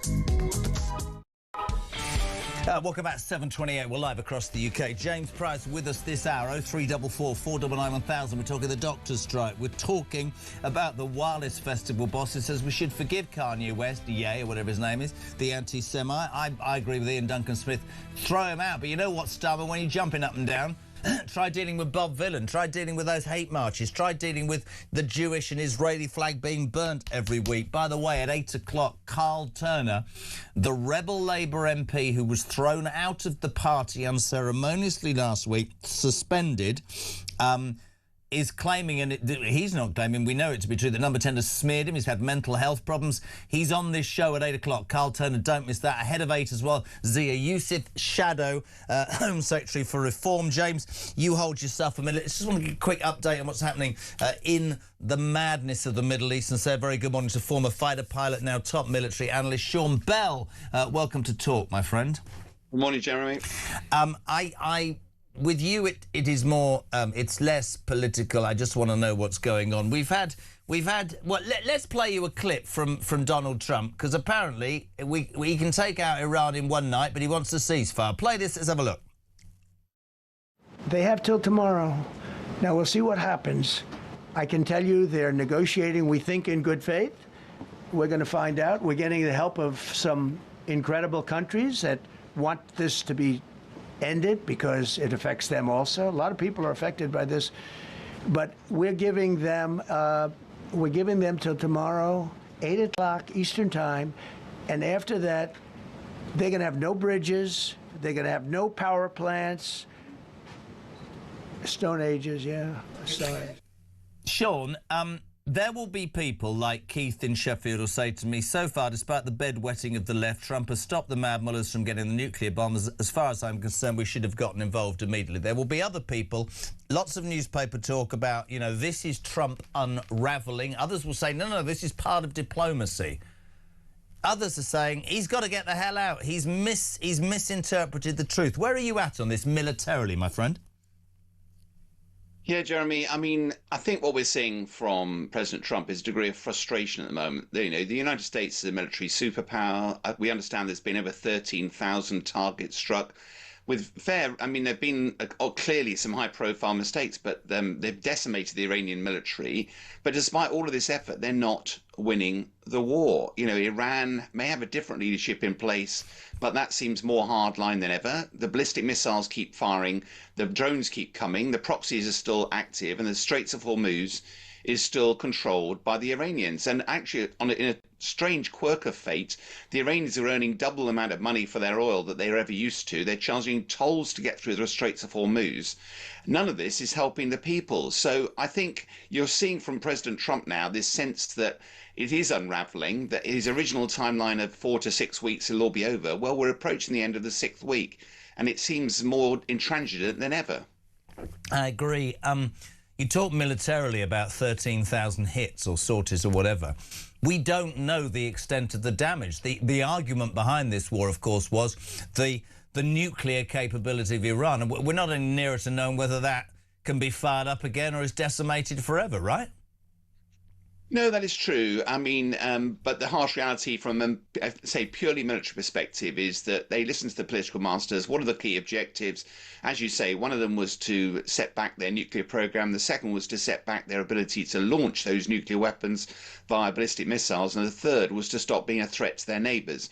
Now, the harsh reality, you can never drive those to zero. I mean, one man stood on the ground with a rifle is still an intent to damage your neighbours. So part of this is about stopping intent. And if you remember right at the start of the war, it felt like President Trump expected to decapitate the leadership. Yeah. There'd be an uprising of the people and the whole war would be over. Venezuela-like. Venezuela-like. No, exactly like. And really, America doing this on behalf of the Iranian people. Yeah. If you look to where we are today, particularly these threats, the bombing campaign, that is actually alienating the people. It's making life harder for them. And because the money flowing, it's emboldening and empowering the very regime that President Trump was trying to get rid of. And I guess, as you said, from a military point of view, it's trying to work out what looks right and what the right moment to come out is. How do you, I mean, There was this audacious, you know this, you've probably been talking about it all weekend, getting that second pilot out was an extraordinary thing. But he goes into this great description about that and then says, I'll wipe you out, but I want a ceasefire. There's not much consistency. How good was that military operation, getting that guy out, by the way? Well, it was clearly very impressive. I mean, for people who believe it's just a helicopter goes in and plucks the guy out. I mean, we heard a lot more detail last night from the press conference. Dude 4-4, Alpha and Bravo. Alpha was the first guy out. Bravo was the second guy out. But listening to his escape and evasion, the troops coming in, the number of aircraft involved, and the more detail, I see you've shown the clips, you know, that a couple of the American Hercules aircraft managed to get trapped on what Trump called soft sand. I think it is worth putting a little bit of context, though. The press conference last night was really weird because you had President Trump, the CIA director, and Pete Hegseth all hailing the great leader that was President Trump for taking the risk of launching this operation. Far from it. What actually happens, as we heard from General Kane, is there's a contract with your warfighters. If you go and take your single-seat aircraft into enemy territory, there is a contract that says if you go down, we will come in and take you back, and we'll do whatever it takes. The president doesn't authorize that. The president is the person who can stop it if he believes it's too reckless. So it's actually part of the contract. And I think it was, my phone lit up last night, as you can imagine, from lots of military colleagues going, he's trying to attract sort of lots and lots of honour from this decision. That was not his decision to make. Just to finish, maybe I'm cynical, but we all know that internationally, globally, politically, the look of an American serviceman injured being paraded on Iranian television changes the whole dynamic and would have led for calls for boots on the ground and everything. That's why that was so important. Just to sum up, Sean, no end in sight, really, to be fair, at this point. Well, no, I'm to the contrary, Jeremy. I mean, I think President Trump has got his fingers firmly in this mangle. Honestly, I think that more bombs is not going to actually get him any close to the end of the war. It might prolong it. Somehow Trump's got to walk away, whether that's negotiated or just literally wipes his hands of it and leaves the international community, luckily, Iran, China, Russia, the West, we all need the Strait open again. And I think, therefore, there is a solution, but it won't happen with more bombing. Sean, thank you so much indeed. Sean Bell, military analyst. What is it, 25-8? You were shaking your head a little bit, James Price, during Sean. Just a little bit. I mean, I wouldn't want to decline anyone for their service, but I think this idea that it all just needs to end straight away because there's been a temporary spike in oil prices and energy prices, as bad as that is for business and for households and all the rest of it. I mean, you got in the Times this morning, the United Arab Emirates, who have taken the bulk of all of the hits from Iran, say they don't want a ceasefire that doesn't fix the issue. Again, you've got someone writing from the UAE in the Financial Times that says, right, everyone's worrying about the Strait of Hormuz right now, but they're not considering all of the other pipelines that are being built, the other ports that are being built on the other side of the strait, the fact that the commercial world is able very quickly and adroitly, unlike in politics, to substitute and to move around and all the rest of it. So I think that now you're in this conflict, I think getting a proper resolution that involves this regime having to be toppled, given how awful it is. You've got this weird situation, I'll stop with this, where the country being bombed is more, in the form of Iran, is more in favour of the bombing than the country doing the bombing, because a lot of the targets that the Israelis and the Americans are getting is coming from inside Iran. It's coming from Iranians saying, look, there's a Basij militia base here, there's an IRGC base there, giving them coordinates to blow it up. That's how evil this regime is. Interesting chat. JP's with me next on breakfast, by the way. Azir Youssef, Reform's Shadow Home Secretary. 0344 499 1000. Thank you so much for your text messages. Debbie in Surrey, Kanye West can't vote. The fans of Bob Dylan and that vile Pakistan marches can. That's the difference. I meant to say Palestine as to why Starmer comments, of course. Morning, JK. Starmer loves nothing more than jumping on a passing bandwagon. Jay, the BMA are a disgrace, greedy and selfish. Never mind bringing down the government. Need to be focused on bringing down hospital waiting lists. Ban them for striking. They are an emergency service. Michael in Birchington in Kent says, when the air traffic controllers went on strike in the United States of America, Ronald Reagan sacked them. Wes Streeting should do the same to the doctors. If the doctors want a job, they must resign from the BMA. finally, Merv, for now, I agree with you. For the government to be able to claw back training costs, I do. It might be difficult, but how about the government backing a loan that a doctor personally takes out, where the government can cancel the backing of the loan if they leave? This is all part of me saying, you know, if we train them, shouldn't they commit to the NHS? Shouldn't they sign some sort of contract? Karen in Southampton says, Jez, please be careful. When discussing these bloody doctors and their strike, it's not doctors' appointments. GPs are there. They're resident hospital doctors. We're still doing our best. Good point, Karen. 22 minutes to 8. Good morning, Phil. Morning, Jeremy. It's Phil from Durban, SA again. Listen, I have 6 people flying to London this morning, and I told them, be very careful. Don't wear an expensive watch. Don't brandish a mobile phone. Be very careful when you walk the streets. They were astounded. They didn't believe me. I said, just be very careful. Anyway, great show, Jeremy. Keep up the good work. Love every day. Thanks, mate. Bye-bye.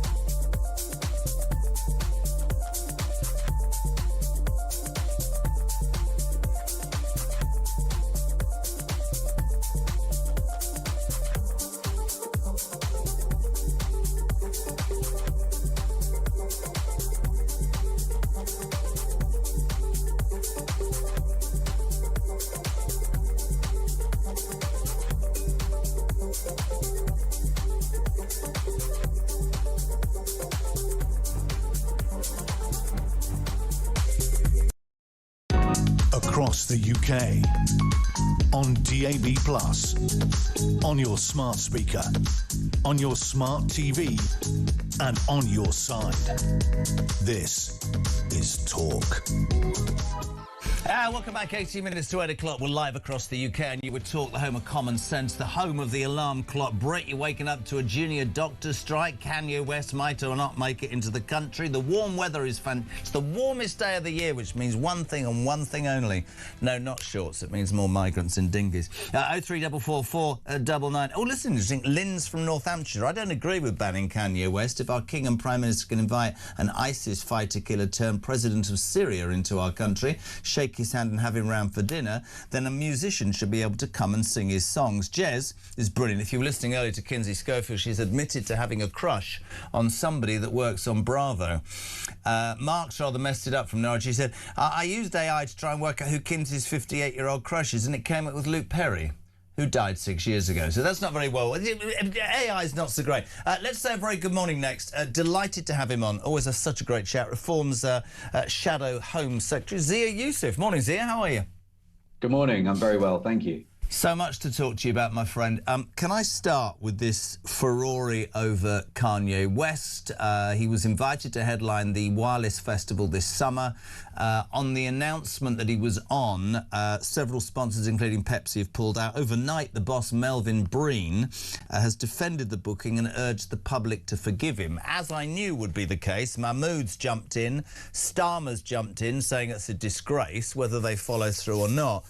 But many people, myself starting this really, and saying, Zia, it's a bit rich, isn't it, when you consider that Bob Vylan sang Deaf Deaf to the IDF and is still here, that the hate marches in London and other cities carry on and the Israeli and Jewish flag gets banned every week. I guess I'd like to ask you, if you were Home Secretary, what would you do with Kanye West? Well, I would actually zoom out for a minute. I find the whole thing utterly fascinating that we've suddenly got so much comment and the mobilization of the Home Secretary and the government and the Tories who are in power for 14 years, all commenting about this, about an individual coming to this country and whether he should be allowed in or not.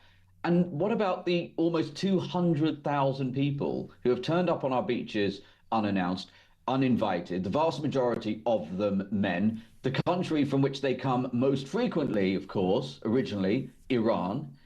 MI5 has already foiled 20 terrorist plots on our soil from IRGC operators, i.e.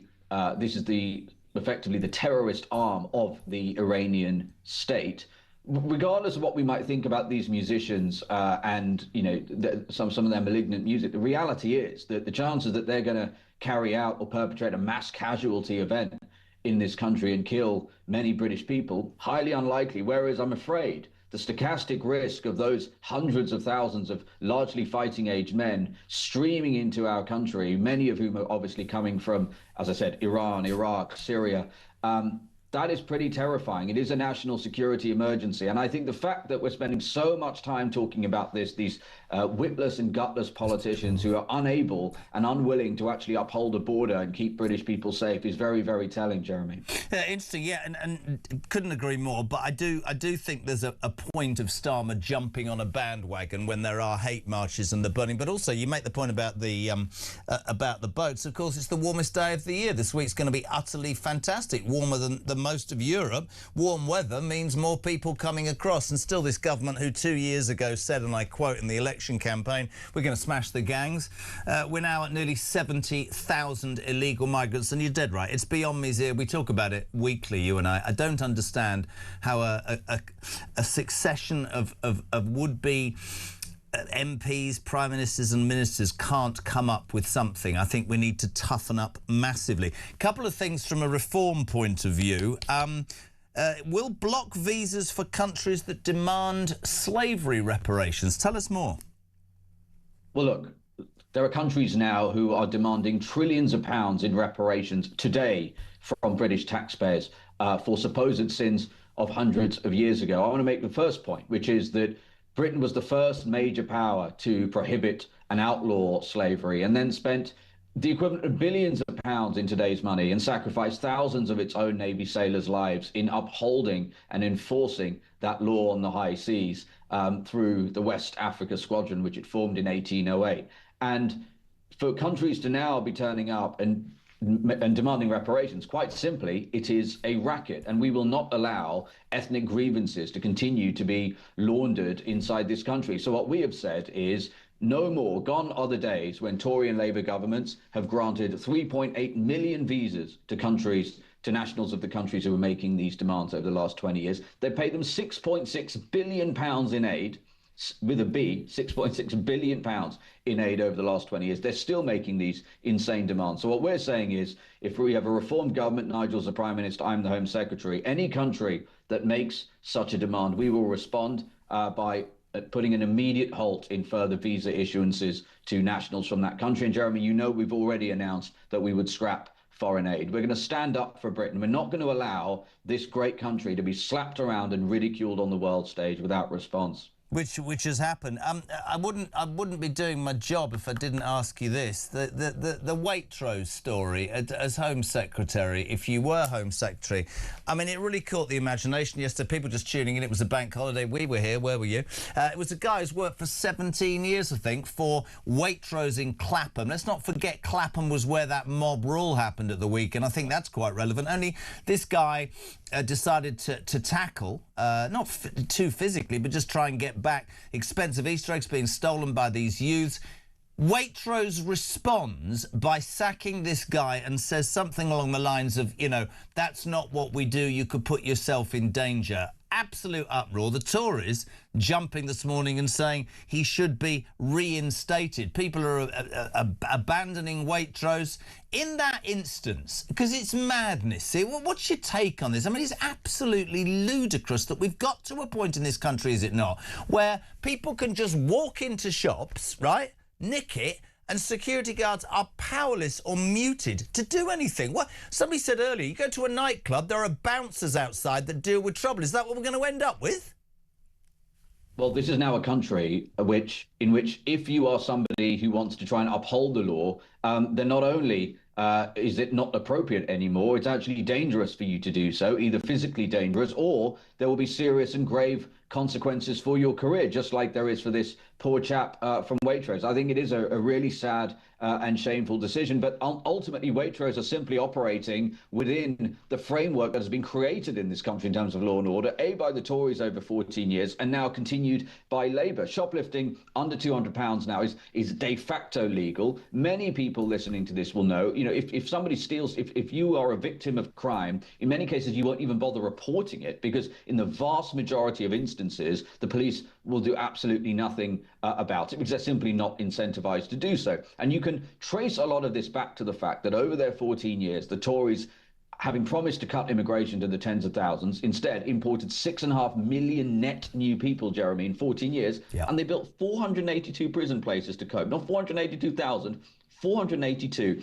And as a result of that, there's simply no space to put criminals. And here's another shocking statistic. Only 1 in 14 crimes in this country actually results in a charge. 1 in 14. So you are almost certain to get away with the crime that you commit in this country. And the fact that Waitrose made this decision, obviously I think it's a shameful decision, but ultimately they are operating under the framework where, you know, lawyers and insurance companies rule the roost and law-abiding citizens. And frankly, in this case, I would say somebody who's something of a hero actually saying, you know what, there's right and wrong, and I'm going to uphold my duty and my responsibility. Instead of getting a promotion, an employee of the month, the poor chap is sacked. So my heart goes out to him. We need a total reset in the way this country approaches law and order. We need to move back to a police to a police force that ultimately upholds the law. And as Home Secretary, I will tell you that we will completely change the incentives for police in this country, who spend the vast majority of their time doing things other than this. We will ensure they spend their time detecting crime, arresting criminals, and ensuring that there is a successful prosecution. Zia, great to have you on, my friend. I know you've got a busy day ahead. Thank you so much indeed. Reform UK's Shadow Home Secretary, the brilliant Zia Youssef, just gone 10 to 8. It is almost, Jay, beyond me. He said 1 in 14 crimes are only dealt with. I mean, I said it to Zia, I said it to you. Are we going to get to a point where bouncers in shops are the answer? I'm being serious. Yeah, well, it would be more effective than what you've currently got, which there are sort of almost minimum wage blokes who are sometimes paid as security guards, but and don't look like security guards. They're also told not to intervene themselves. So I've heard people describe them as urban scarecrows because they just stand around doing absolutely nothing about it. This is the problem. When you don't enforce these small laws, things get worse. When you don't enforce bigger laws, even bigger crimes, people will start to take things into their own hands, which is not the situation that we want to be in. You're already seeing it. Is it Crowborough, where there are guys who are so worried about one of the migrant detention centres that they are kind of marching up and down the streets? You don't want a situation where people feel they have to do that because they may not have the training and all the rest of it, yada, yada, yada. But If people feel that they have to do it themselves, then that is a natural consequence of what will happen. And I've got to say, I can't fault anything that Zia Yusuf said this morning. Just quickly, breaking news on Talk. This is a statement from Kanye West. Honestly, Amanda says, I'm telling you, this whole Kanye West uproar is one big publicity stunt. We know he loves to shock. It's all about tickets. Kanye West has just released the following statement. I've been following the conversation around wireless. I want to address it directly. My only goal is to come to London and present a show of change, bringing unity, peace and love through music. I would be grateful for the opportunity to meet with members of the Jewish community in the UK in person to listen. I know words aren't enough. I have to show change through my actions. If you're open, I'm here. Is that the olive branch? Is Amanda right? Did Ian Breen sit down and go, we can get every single network talking about this? Is he a changed man? Thoughts on that and everything else? 0344 499 1000. We're back in 3.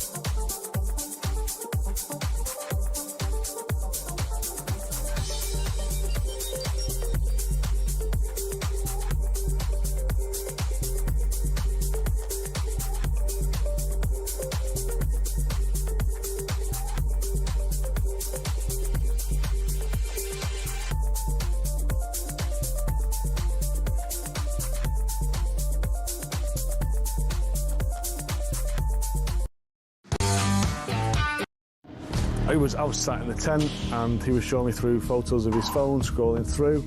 This was barbaric, horrific stuff. Blokes going through walls in vehicles and then jumping out and shooting everyone. You know, his WhatsApp picture was him with a mask on, with a gun like that. You're in a tent with this guy? I'm in a tent with this guy, and actually he's just showing me this stuff. I'm just thinking, this is not the kind of bloke you want to be coming to the UK.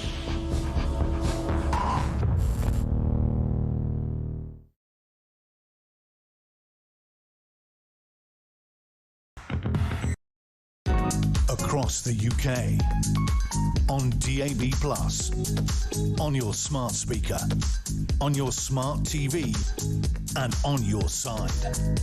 This is Talk. Welcome back. So that breaking news again, statement from Kanye West about this wireless music festival. I've been following the conversation around wireless. I want to address it directly. My only goal is to come to London to present a show of change, bringing unity, peace and love through music. I would be grateful for the opportunity to meet with members of the Jewish community in the UK in person to listen. I know words aren't enough. I have to show change through my actions. If you're open, I'm here. We will carry through that story. Are they going to ban him? Is he going to come? But at 3 minutes to 8 o'clock, James Price has been waiting for an hour to talk about my least favourite subject. Go on, kiddo. Right, I can't believe that you are not more excited about the concept of humanity conquering space. This is fantastic. Right, the same criticisms you've got, which so I think it's just a waste of money. What's it achieving? These were all made throughout the 1960s by the kind of people that you would hate, because they said we should be spending this money on food stamps and on welfare and all the rest of it, and instead We had humans land on the moon. Which achieved what? Which caused huge amounts of technological developments, huge amounts of wonderful things that we now use in everyday life to make it better. We're going to argue. I see it like net zero. It might be nice as a concept, but right now we've got bigger things to deal with in the world. I couldn't disagree. Do you know who agrees with me? Oh, no. Your wife. Well, she's just slightly sceptical on the idea that we landed on the moon in the first place. God bless her. She's a conspiracy theorist. But then look at her choice in all sorts of things. So she must be completely bonkers, right? No, when we get onto the moon properly, the amount of mining that you'll be able to do, the amount of excess, when the Americans manage to stick a base on there and then can fire things at China and bring world peace, and then when we can go and start conquering the stars, it will be so cool. The level of technology, the aliens that we'll discover, all of this stuff. It's a bright new future. Do you know what I think? Amazing. I don't think it exists at all. I think it's a studio. It's AI in Nevada. I'm with Peter Blakesley. But your missus and so I don't know where other people... Let me know what you think. Am I just a boring man? Is space travel the most important thing? Is it all about developing the future? Or is it just about who's got the biggest rocket? It's like a sort of what's-it competition, isn't it? Mine's bigger than yours. It's definitely not Keir Starmer's got the biggest one, but it could he definitely hasn't got one of them. It could be something we could do in Britain. We could be so good at this. This is going to be one of the technologies of the future. When you get more things out into lower Earth orbit, when more things onto the moon, it's going to be incredibly exciting. By the way, there are these things out there in space called Lagrange points, which is where the gravity between like the sun and the Earth, different bodies, are constant. So you can stick a station up there and control that, so the Chinese don't. I think the only people that should go to the moon are ex-wives. I'm joking. Listen, amazing to see you, mate. He is, but I like Mrs. P because Mrs. P agrees with me. Listen, text me. Julie's a massive fan. Lots of people in this building are a massive fan of Artemis. I thought it was an aftershave, but apparently it's some expensive rocket that's going around the moon. Does it go near Uranus? Hey! No, there's a place called Uranus in Indiana, just off the I-69. I'm not making it up. And there's a fudge packing shop there. It's the best place ever. I can't do this anymore. James Price, thank you very much. It's almost 8 o'clock. Carl Turner, the Labour MP, suspended and thrown out by Number 10, is live and exclusive on Talk Breakfast after the news at 8, which is next, my friends.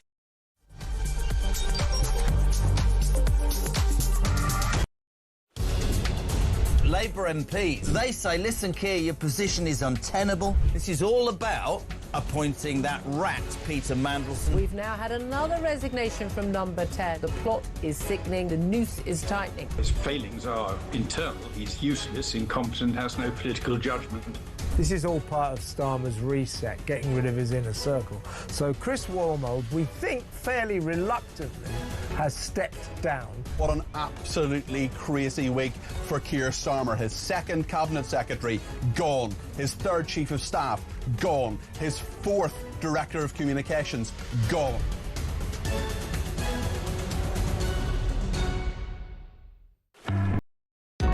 Across the UK, on DAB+, on your smart speaker, on your smart TV, and on your side. This is Talk.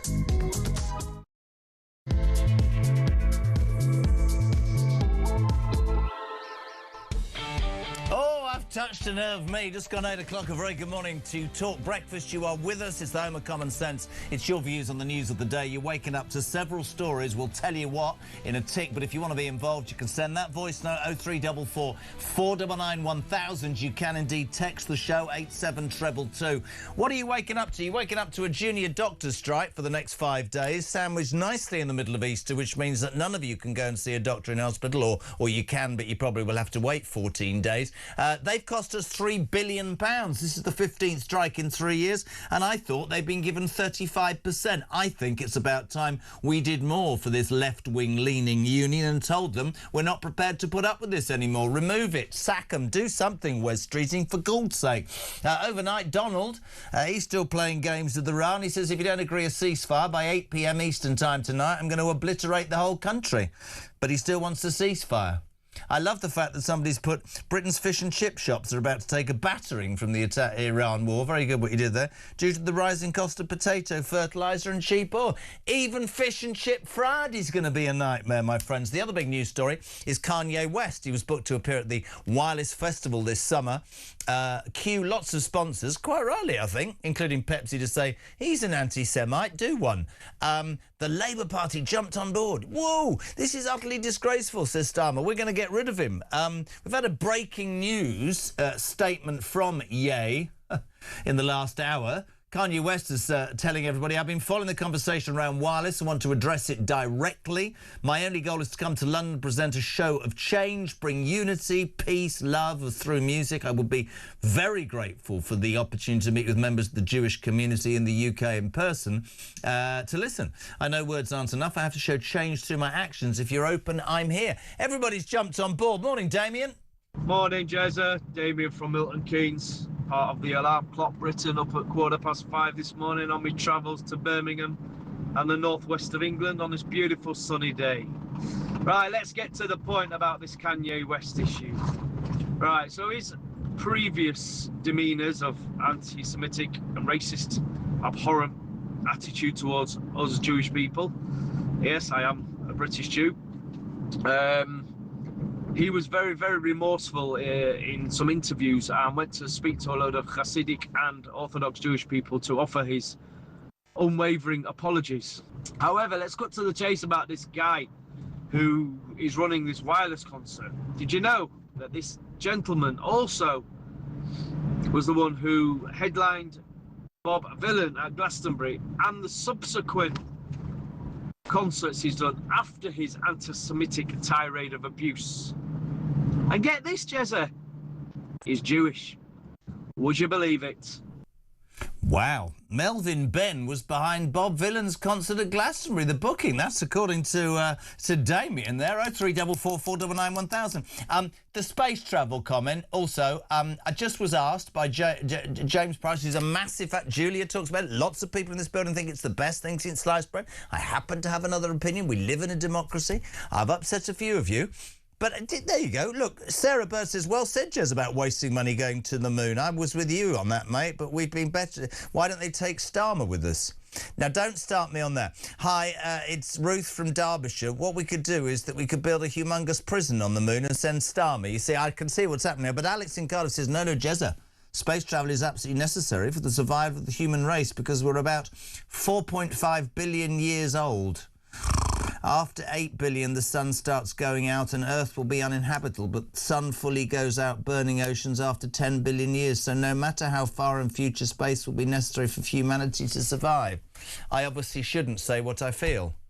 It's like net zero. I won't be here. I do understand, though, that there are some people that would consider it, but we'll have a bit of fun on a show that has to report misery the whole time. Let's just say you could send anybody to space that can't come back. I know what I'm going to get. Stand by, Kia. 87222. Who would you send to space that couldn't come back? That'd be worth the money. While you do that on the text, I'm delighted to be joined by my next guest. This man, in my humble opinion, is the archetypal and proper MP. Hull East, Carl Turner, a Labour MP, has always talked honestly from his heart about what he sees as the answer to problems, and he's been critical of his government. About 10 days ago, maybe less than that, he was suddenly suspended from the Labour Party, and I haven't spoken to him since. We've wanted to. Delighted to have him on. Carl, good morning, my friend. How are you? Good morning, Jeremy. Very well indeed. Thank you, mate, and thanks for having me.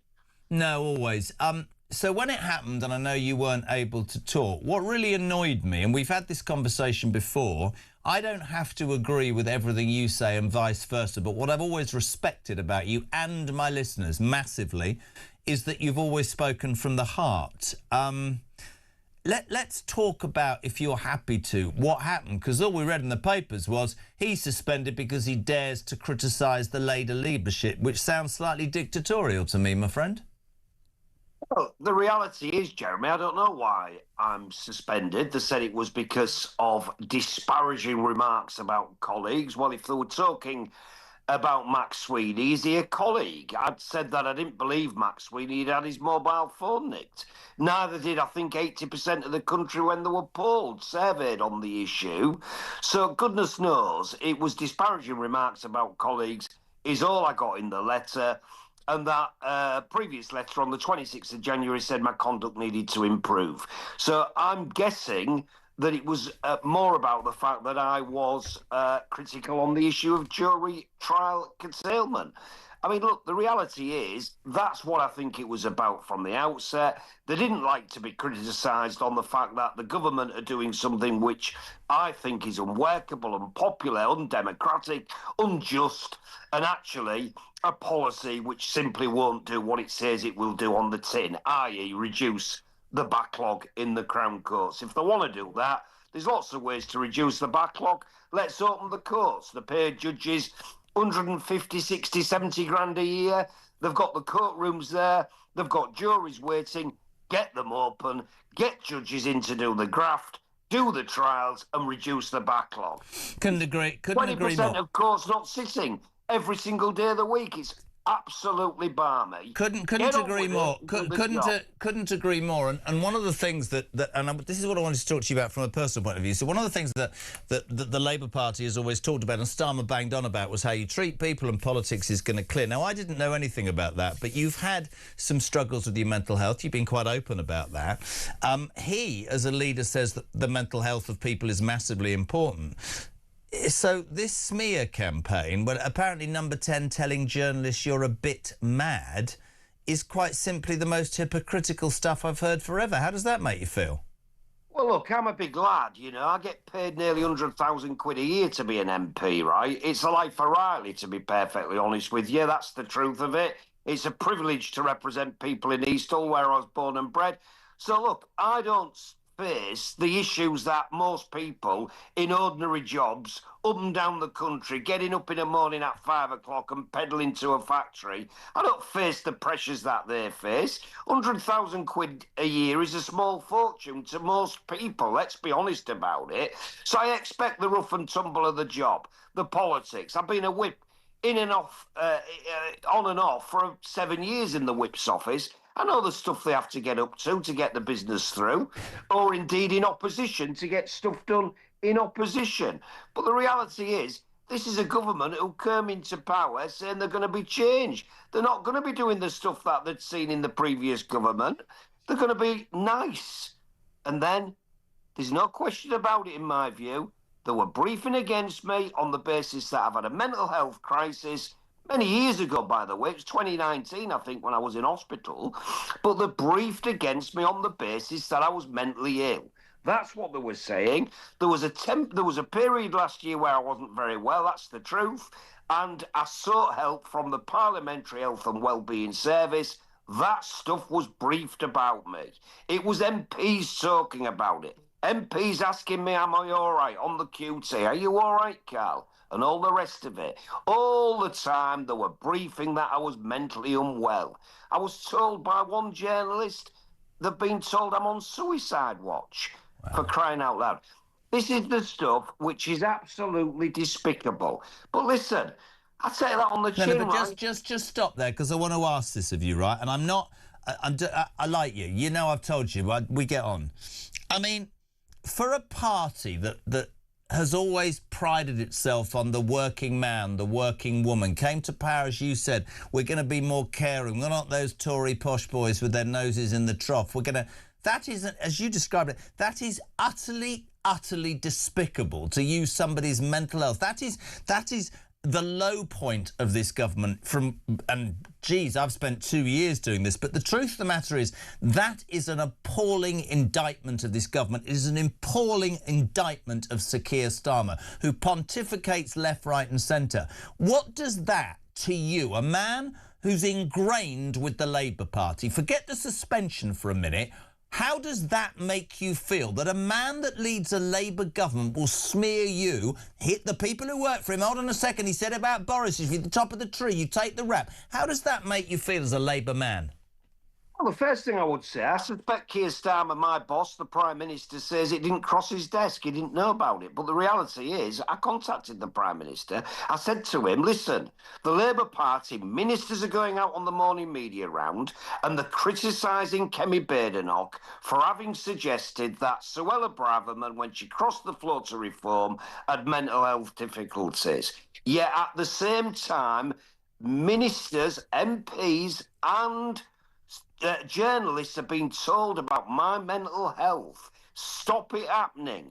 Stop this happening, Keir. It isn't fair that it's happening to me when, in fact, we are criticising the Tories.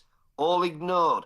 So listen, I've got nothing to lose, really, to be honest with you, but I will speak the truth to power. If we do care and we are serious about mental health, we've got to start at home.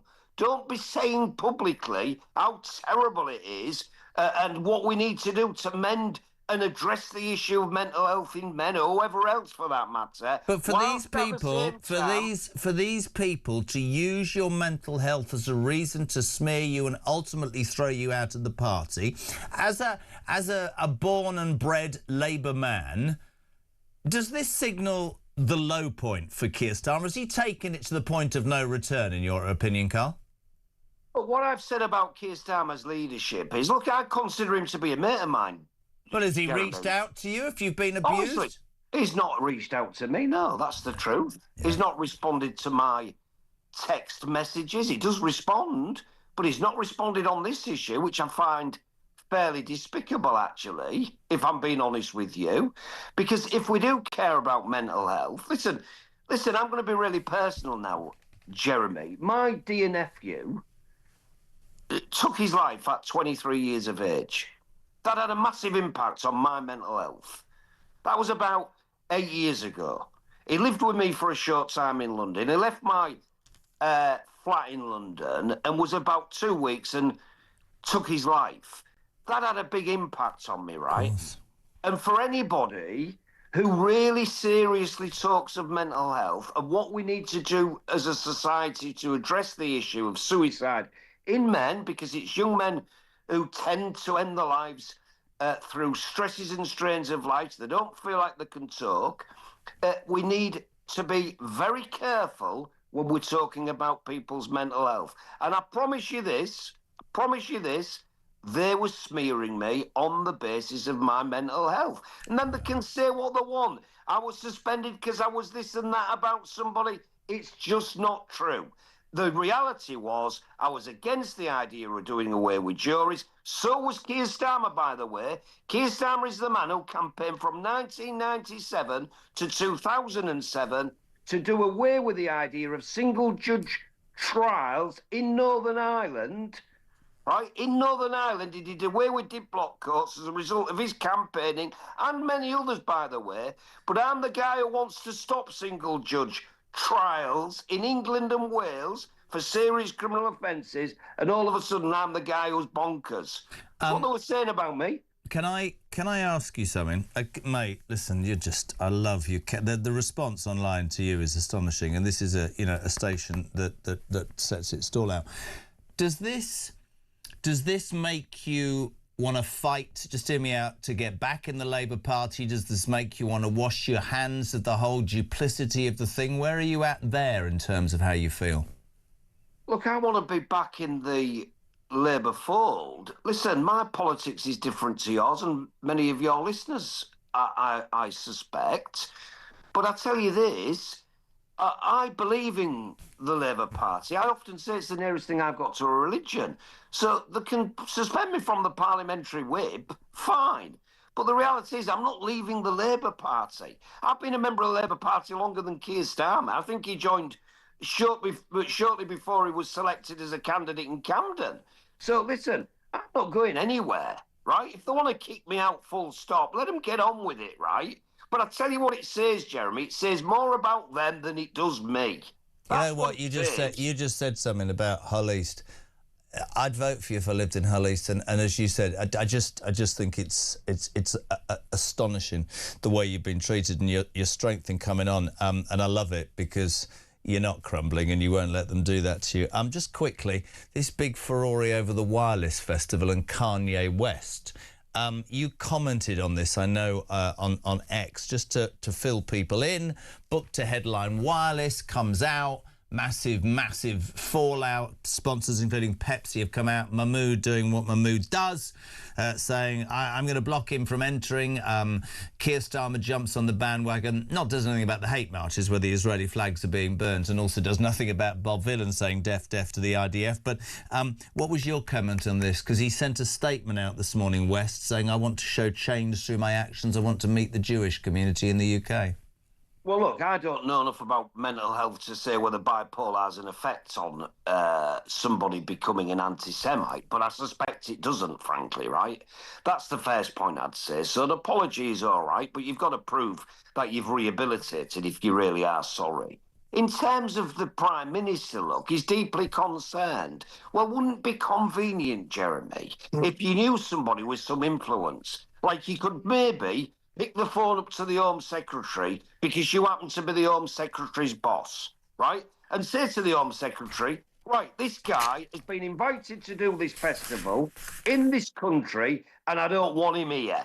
Stop him coming in. If he's applied for a visa, block the visa. If he hasn't got the visa application sorted yet, make sure he don't get the visa. Are we serious about anti-Semitism? Well, we ought to be, because it's on the rise. Make no mistake about it, it is definitely on the rise. There was a survey recently where some people in universities were polled, and they said they didn't want to share accommodation with anybody in the block who might be Jewish. Yeah. For crying out loud, what on earth's going on? There was ambulances firebombed recently in Golders Green as a result of a direct attack on Jews. This is where we are. If you're really serious about it, stop this guy coming into the country. And don't mess about with platitudes and deeply concerned and all the rest of that shenanigans.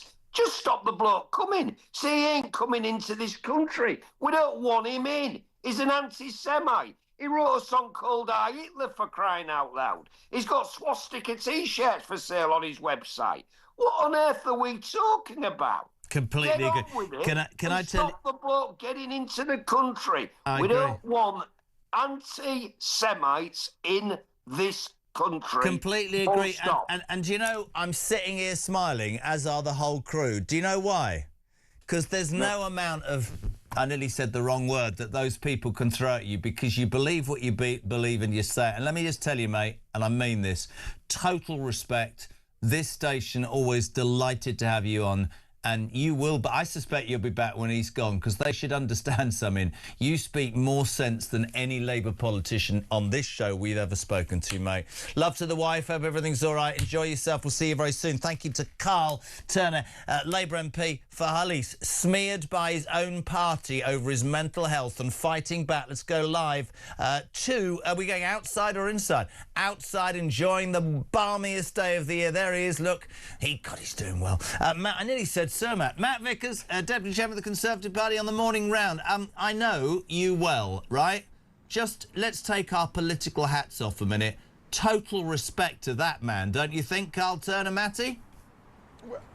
Well, do you know what? Common sense isn't very common in the Labour Party, but he's got it. He should be on our side of the bench, really. He's got more sense than that crowd. But the thing is, mate, that's actually really sad is that ingrained in him is the view of the Labour Party, the old-fashioned view that you and I might not agree with, but he believes in it. But the fact that he is being smeared by the leadership is extraordinary. Let's talk about that leadership, but let's talk about the big news story of the day. You are the Shadow Minister for Crime and Policing, but you've got so many titles, we're going to throw the Kanye West story at you. I keep repeating this, invited to perform at Wireless, then it's all a nightmare, sponsors throwing themselves around, they're not doing it. He's come out with a statement. Have you heard his statement today, Matty? Well, do you know what, though? The thing with this is, people in this country who follow a certain faith should be free to do so. Jewish people in this country are endeavouring, going through some of the most horrific things. We've seen the hate marches on the streets of London. We've seen places of worship attacked, people killed. We've seen volunteer ambulances burned. These people are living in fear day and night. This government has to get a grip on anti-Semitism, has to tell those people they are free to live their lives, and has to send a message to people like Kanye West that they are not welcome in this country. This is a guy, I mean, he apologised in 2023, then he went out again and spewed out this vile hatred. This guy can't be trusted. I'm sure that if we spoke to Bob Villan before he went to Glastonbury, he'd have probably said, oh, I won't do it, guys, I'll be much better behaved. It's not a thing. It's not acceptable. He shouldn't be allowed in. Did you hear the voice note at 8 o'clock? I don't know if it's true or not, but Damien said he knows it's true. A man who phoned this show, and he's told us that the guy, what's he called, Melvin Benn, who is the founder, well, the boss of the Wireless Festival, who booked Kanye West, also booked Bob Villan at Glastonbury, and the man's Jewish. It's extraordinary. I wouldn't have him anywhere near the United Kingdom. But my point to you as a Tory is, interesting how Starmer jumped on the back of this, good publicity, but does nothing about the hate marches or anything about the Bob Villan thing. You took the words out of my mouth. Why isn't he banning marches in our capital city where people are able to burn the Jewish flag and there's no action taken at all? It doesn't make any sense. Well, I mean, he's not taking action on this, is he? He's told us he's concerned about it. He isn't doing anything. He isn't telling Shabana Mahmood to get out there and tell him he's not welcome. That's what the government needs to be doing today. It needs to clamp down on the likes of the BBC and all the vile hatred that keeps spewing out. Absolutely disgraceful. We need to do something really serious about this. Those people in this country following that faith are subject to some of the worst abuses. When you look at the volume, what is a very small population, and the number of attacks, number of abusive incidents, a very small population, like that means the vast majority of Jewish people in this country have actual reason to be worried about what goes on in the streets of this country. That is devastating, and we need to get much tougher on this, and we need to do it now. Now listen, if you are watching on YouTube, you're about to see a massive smile cross the face of Matt Vickers, who's endured 2 years of hell as the Tories have languished. Before I talk to you about junior doctors, over the weekend a poll came out, look, the smile's coming, which said not only Kemi Badenoch was the most popular leader, it's getting bigger, the smile, but actually the Tories had caught Reform and caught the Greens and are on the march. The cynics are saying, come on, it's Lord Ashcroft's thing, he's a Tory party donor, it's London-centric, it's not true. What's your response as the Tory spokesman this morning to that weekend poll? Polls are polls. We like some of them, we like some of them less. They say different things at different times. They ask different people different questions. The reality is that when the people look at this country, they know they need a decisive leader, a leader with backbone, a leader who's going to do the right thing and isn't just a populist, a woman with principles, with backbone. The more people see a Kemi, the more they want her in number 10, sorting out the issues that this country faces. She has a plan.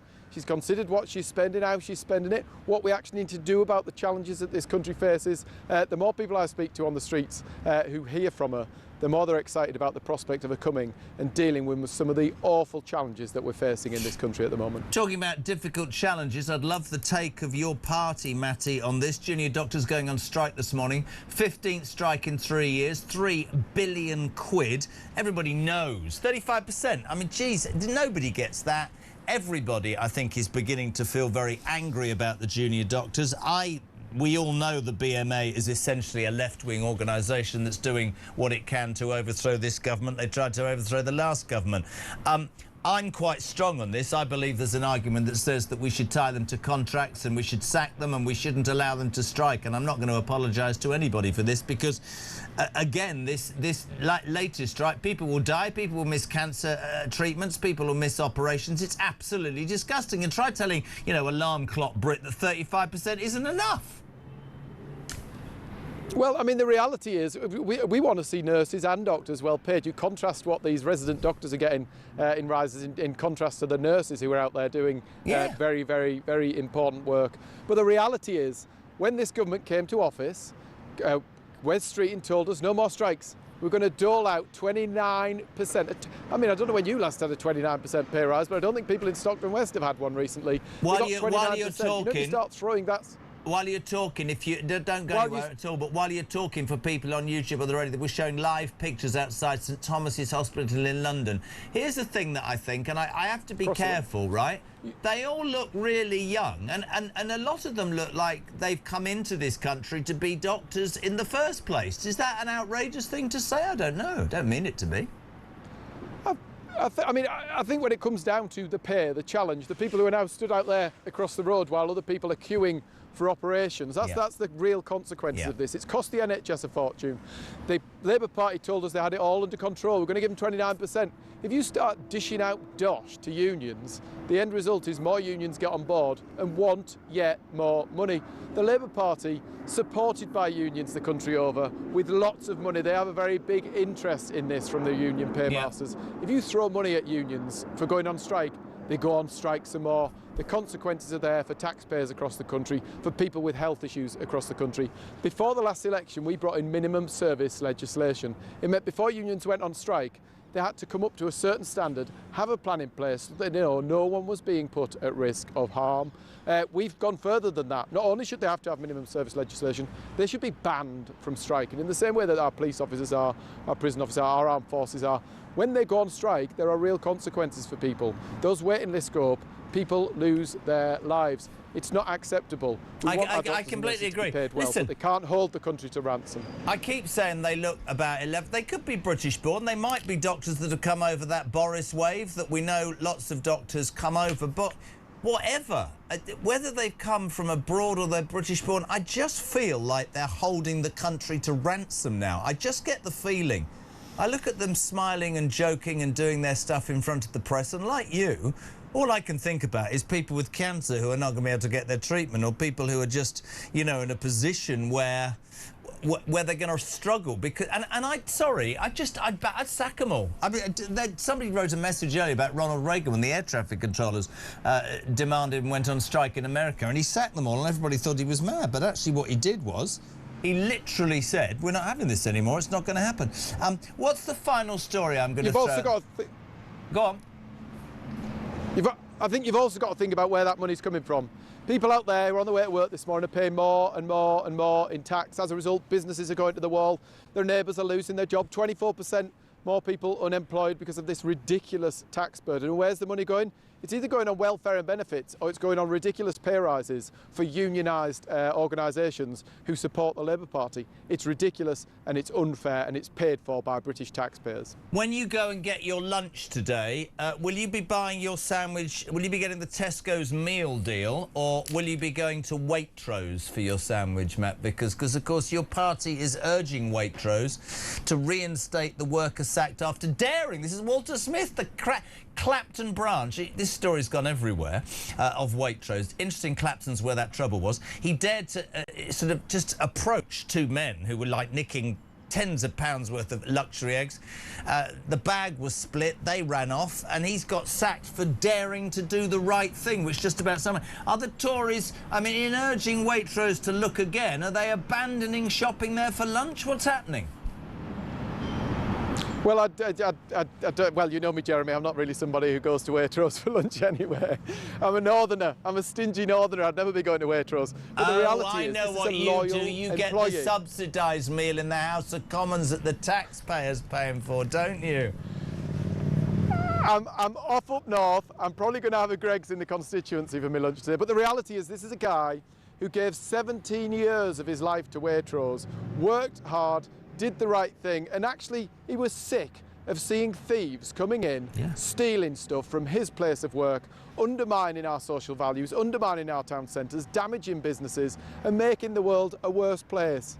So he stood up to them, he did something, he got off his backside and got engaged in it, and he should be celebrated for doing that. We should congratulate him, we should thank him for doing that. The reality is, shop theft in this country, shoplifting, the abuse that shop staff go through is getting significantly worse. It's surged in the last year. End result is, under this Labour government, less police on the streets. The consequences, we tried to put a vote through there in the House of Commons on a bill that said if you steal from a shop or you abuse a retail worker more than 3 times, you should have to be banned, you should suffer a curfew, or you should be tagged. The Labour Party voted against that, soft on crime.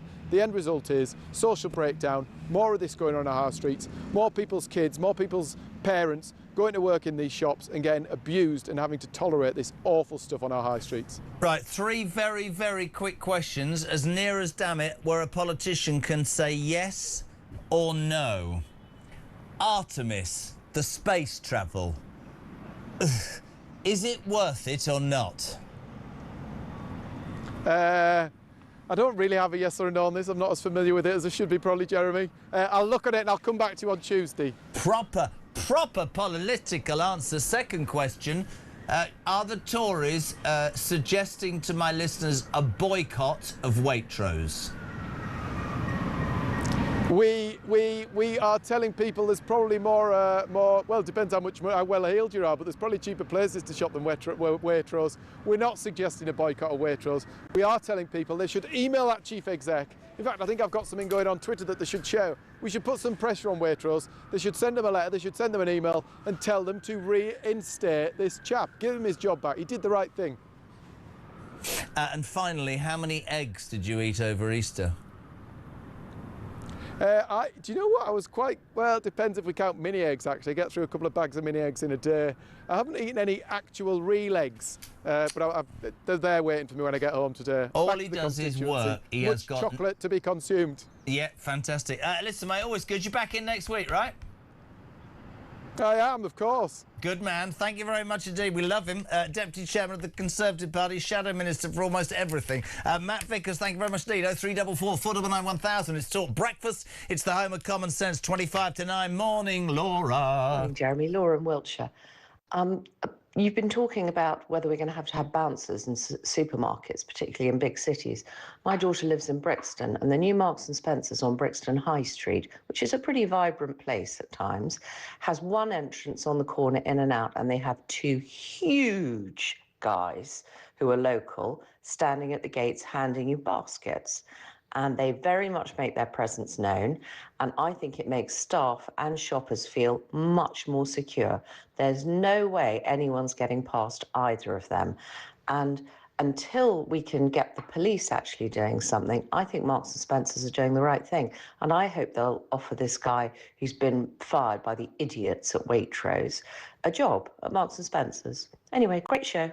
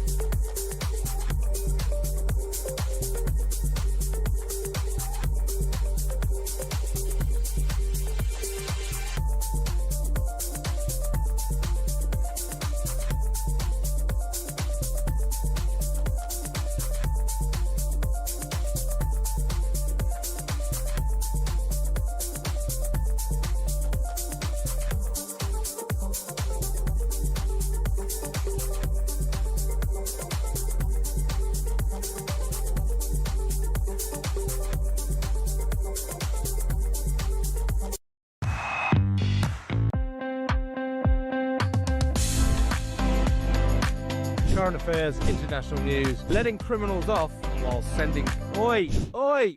You shut up! I'm trying to record something. Stand by for 3 powerhouse hours of breaking news, challenging views. I don't give a flying damn about international law. I think people will viscerally reject this.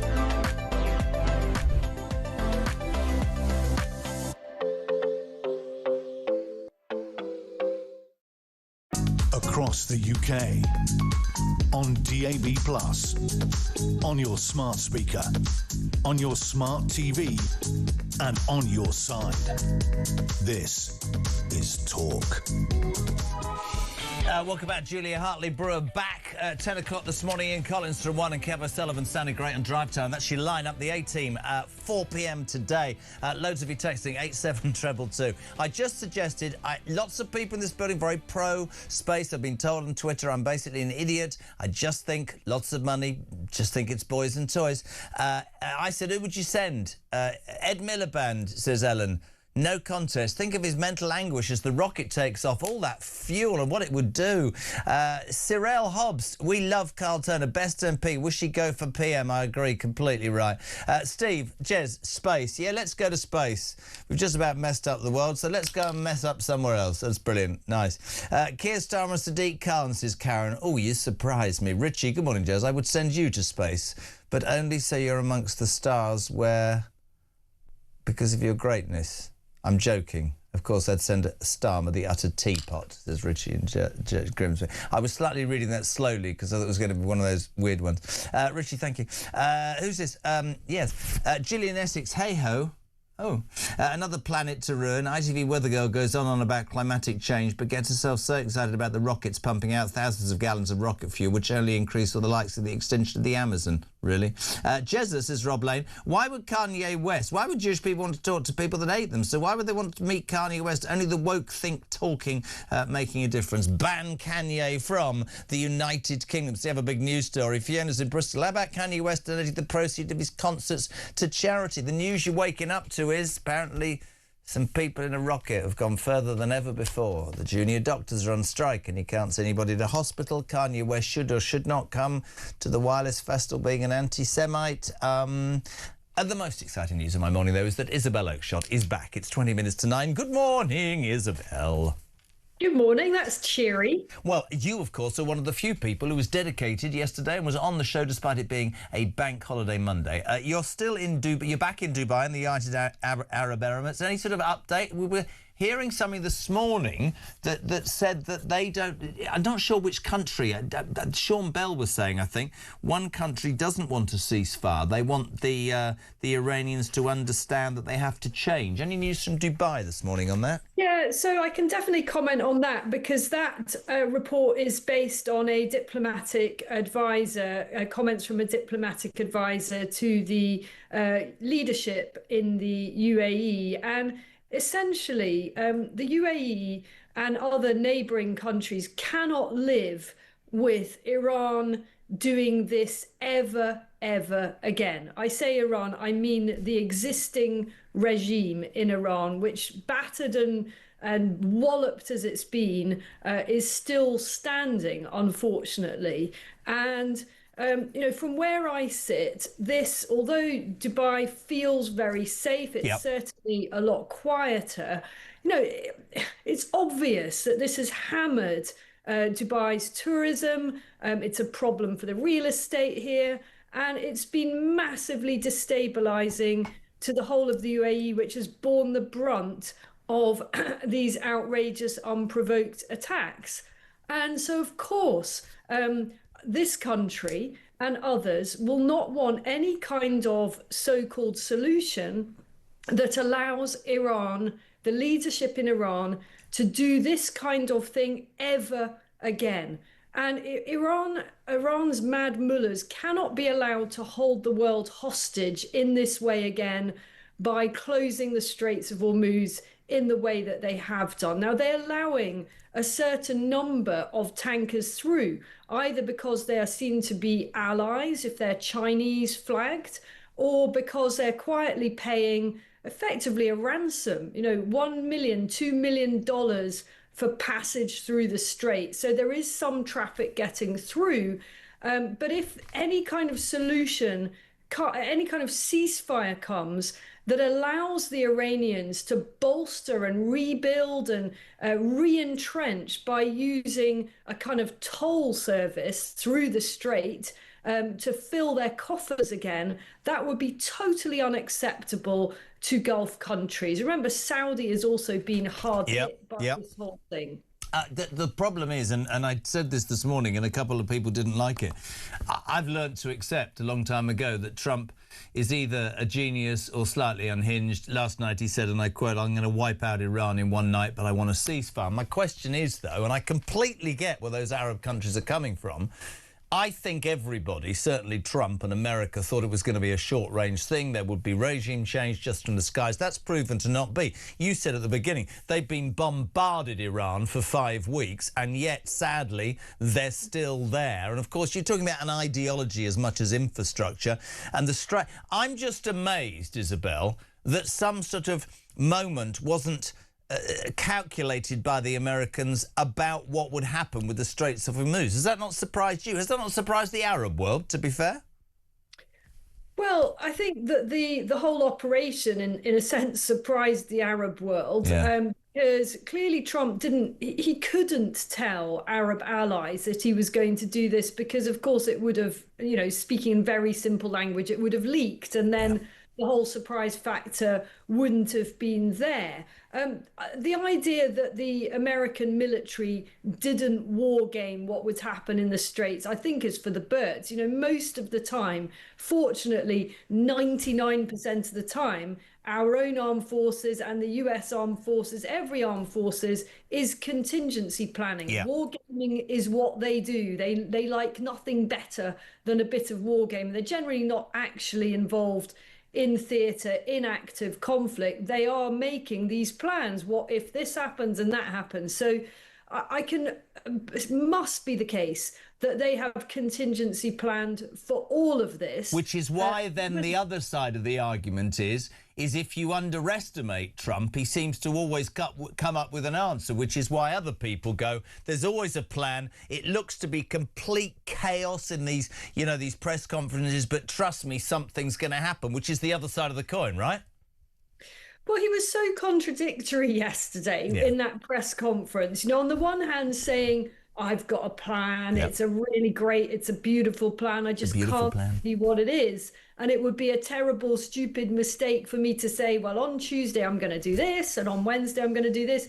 But that's exactly what he's done, isn't it? He's literally said on the early hours of Wednesday morning, as it will effectively be for most of us, or Tuesday night American time, he has said he's going to start bombing bridges and infrastructure. But none of us know whether he really means that, or is this just a posture?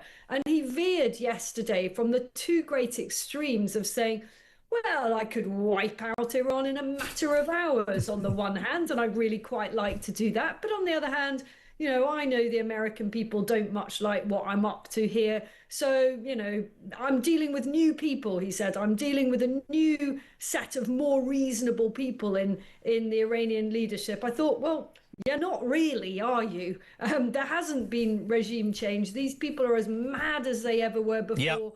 And you just made that bit up.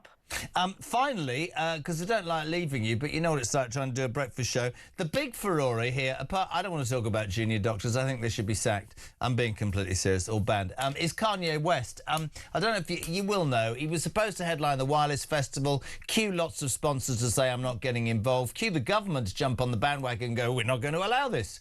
Although I did say on a side note, but Starmer, you've done nothing about the hate marches where people burn the Jewish flag, or Bob Villan at Glastonbury saying death to the IDF. But that's OK. You're looking for an opportunity. He's made this statement this morning. I've been following the conversation around wireless, want to address it directly. My only goal is to come to London and present a show of change, bringing unity, peace and love through music. I will be grateful for the opportunity to meet with members of the Jewish community in the UK in person, to listen. I know the words aren't enough. I have to show change through my actions. If you're open, I'm here. I'd love your take on this. Are you a Kanye West fan? Well, I really like the statement that he's just made. And of course, I utterly condemn the other things that he's said and done. But I'm with Zia Youssef on this. I heard his interview with you earlier, Jeremy, and I thought he was absolutely spot on.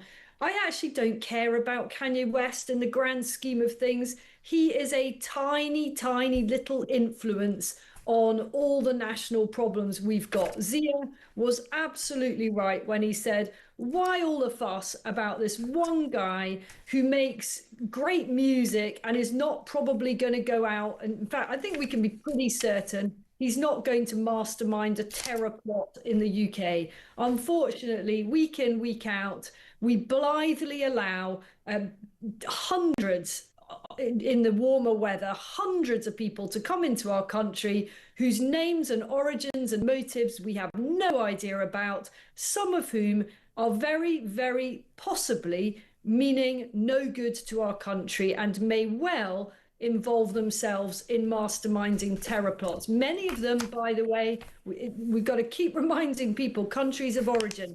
We bring in a lot of Iranians, and most of those will be dissidents. Most of those will be fleeing the horrible Iranian regime. But I'm afraid that some of them are linked to the regime. And we know this because the police, the MI5, MI6, our security services have done a brilliant job foiling Iranian plots.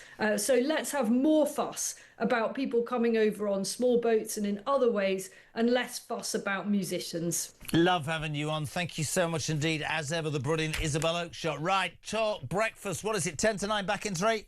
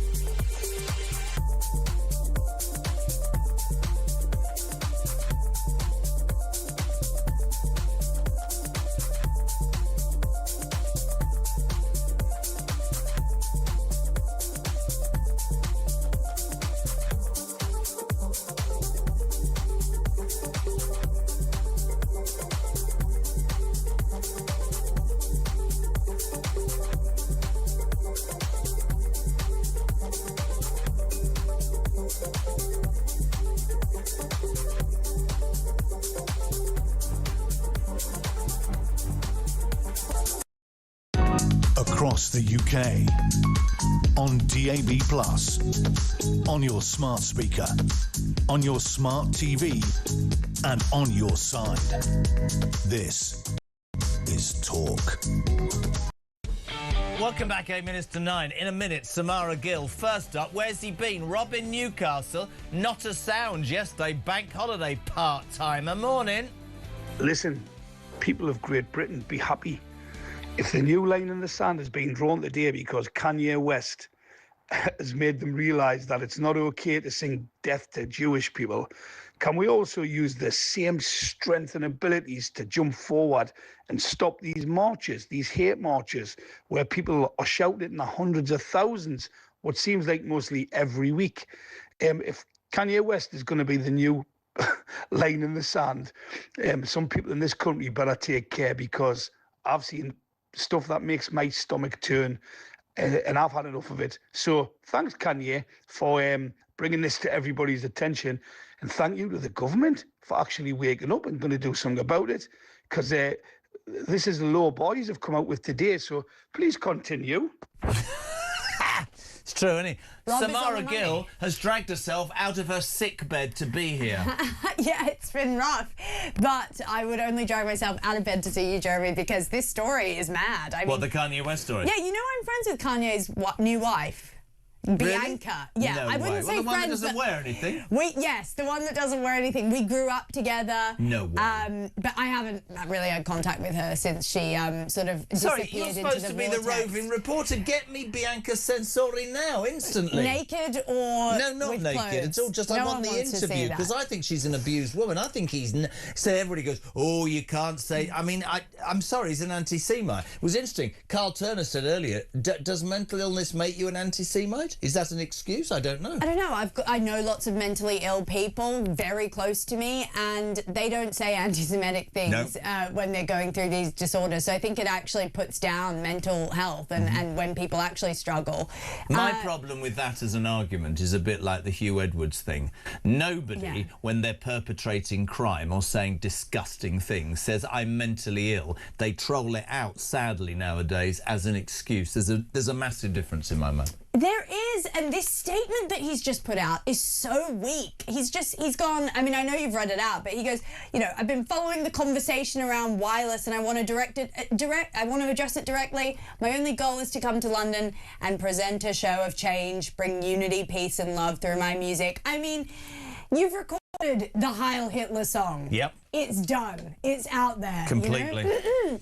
Now I'm dying of my cold, but I think the damage is done. You know, I've got a brother who's younger, maybe more around your son's age, and the anti-Semitism is there within schools, within the younger people, and a lot of it is because Kanye West normalized it massively. Yep. I mean, yes, I agree with Zia Yusuf, Isabel Oakeshott, that doesn't really matter in the scheme of things, maybe not, but he is a big cultural influence on the world. My argument is I'd ban him, but my argument is also we've got a Prime Minister who's jumped on board, but there's nothing about hate marches and nothing about Bob Dylan, which is absolutely typical Starmer, which is dual standards all the way. I also think, should we be giving people like Keir Starmer the power to just ban people he doesn't like? That scares me a little bit as well. I mean, I'm not a fan of Kanye. I hate the man, to be honest, for what he's been saying.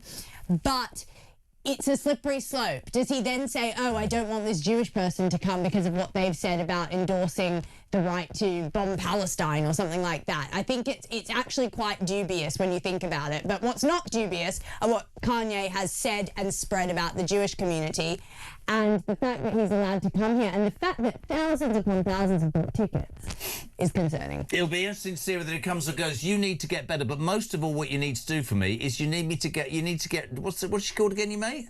Who? Mrs. Kanye West. Oh, Bianca. Yeah, she'll come on the show. You definitely know her. Yes. I'll do a naked or fully clothed.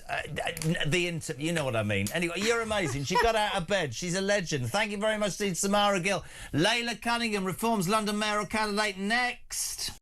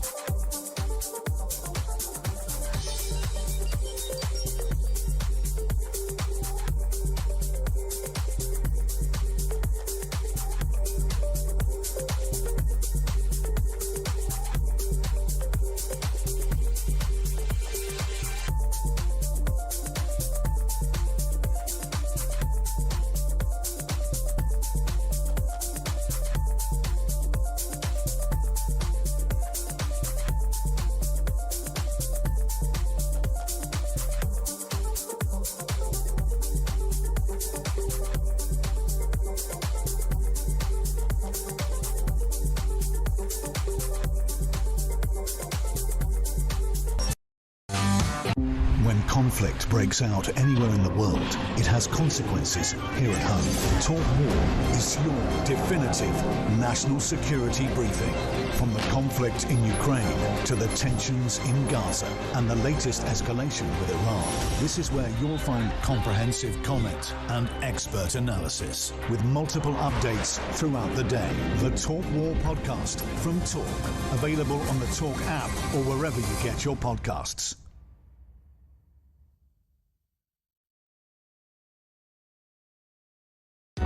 Across the UK, on DAB+, on your smart speaker, on your smart TV, and on your side. This is Talk.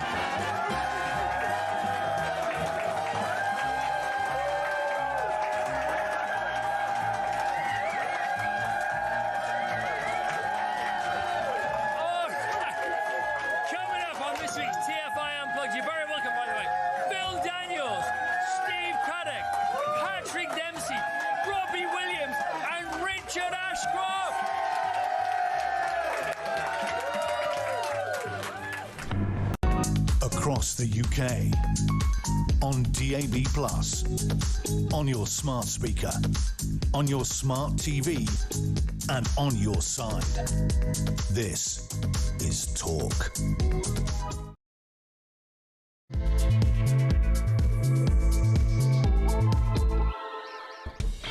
A very good morning, welcome along. It is, of course, the home of common sense. It's Talk Breakfast. JK here until 10 o'clock. You can also get your texts in 87222.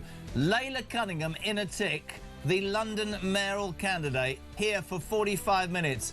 Honestly, the creative talent of this lot is not great. What are we calling it? Call Cunningham. Robert Jenrick comes on as Ring Rob. That's all I can offer you. But listen, let me tell you about this lady.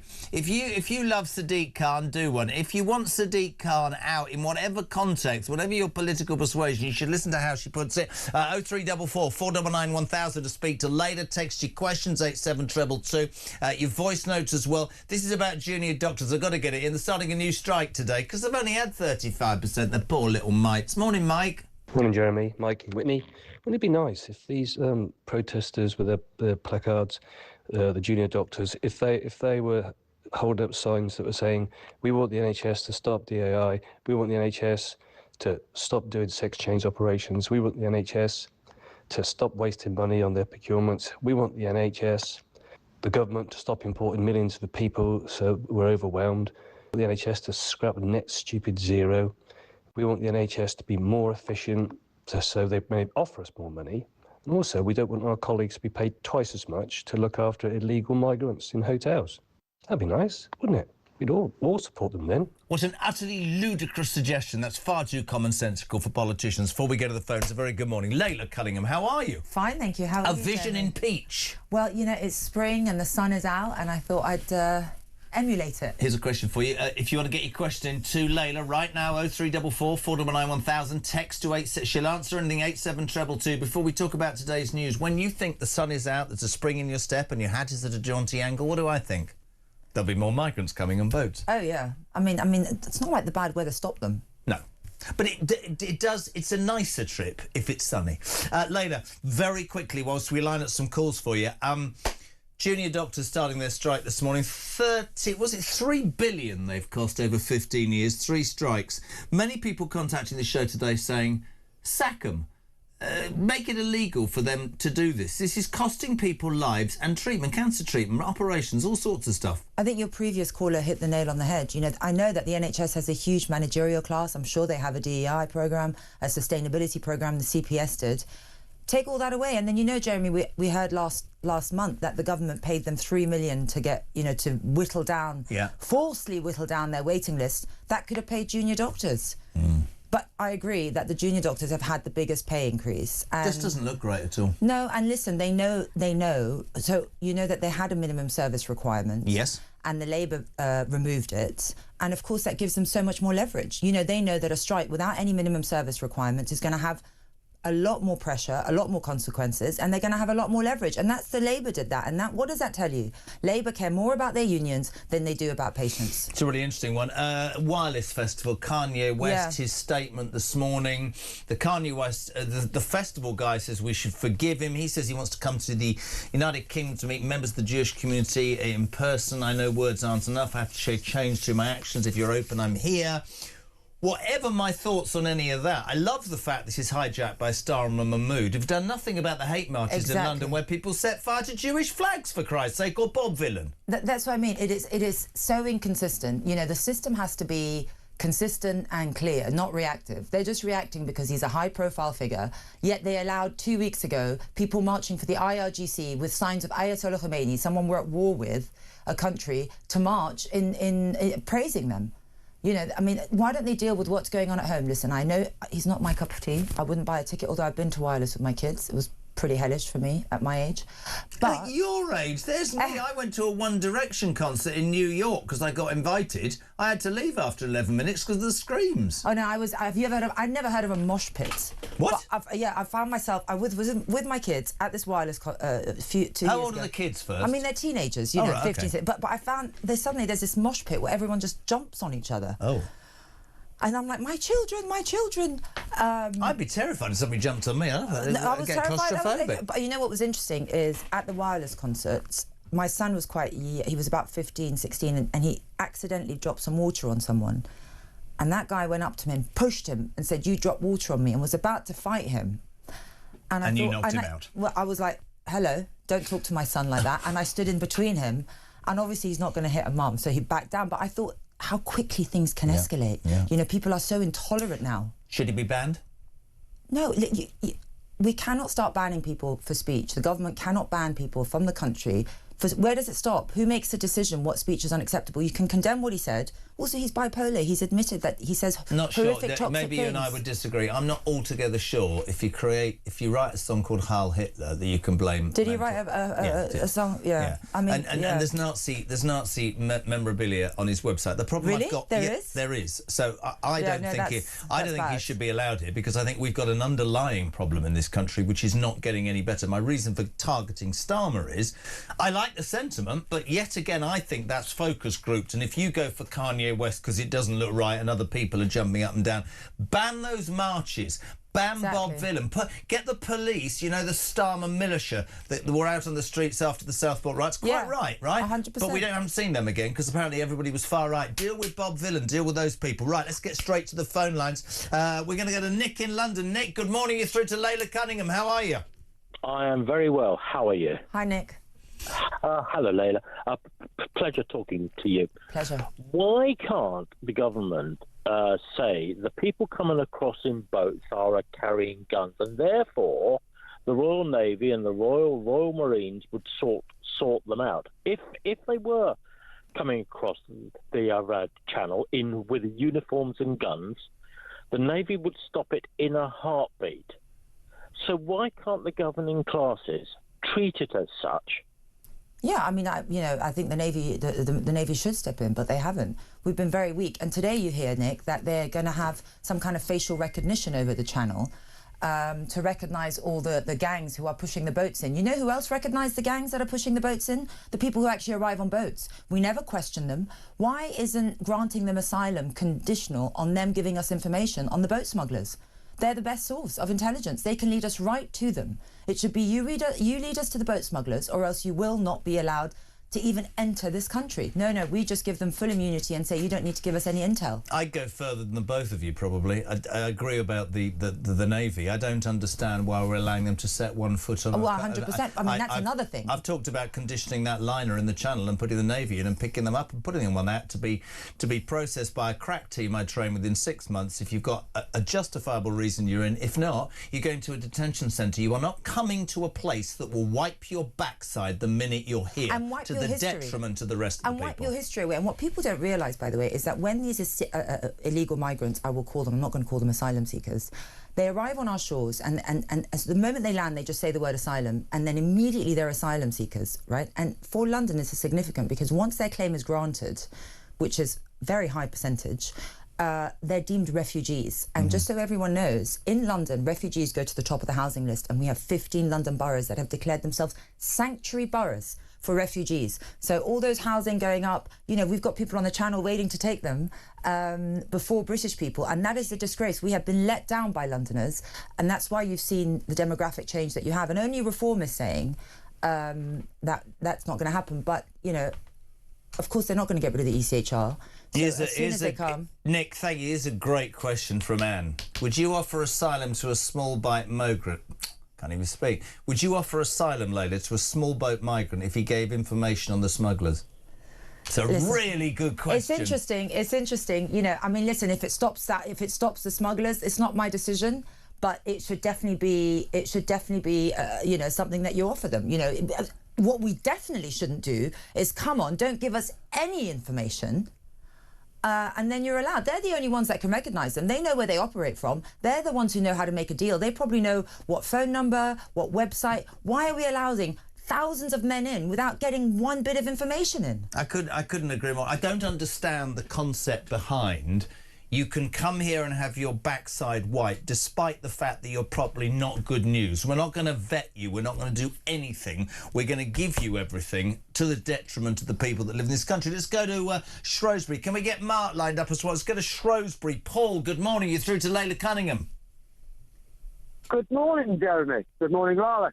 I'm just, Lana, I should, I've actually phoned up earlier on a concept with the... Sorry, you're going to have to change that call. I can't hear it. We need to... sorry, that's just awful. Can we get Mark in South Wales? Sorry, Paul, we'll try you again. Here's the thing for you. Bill in Romsey says, Layla, doctor strike. Sack 100 today, sack 200 tomorrow, sack 400 the next day, then offer them a contract with no striking. That's the answer. What's your take on that, by the way?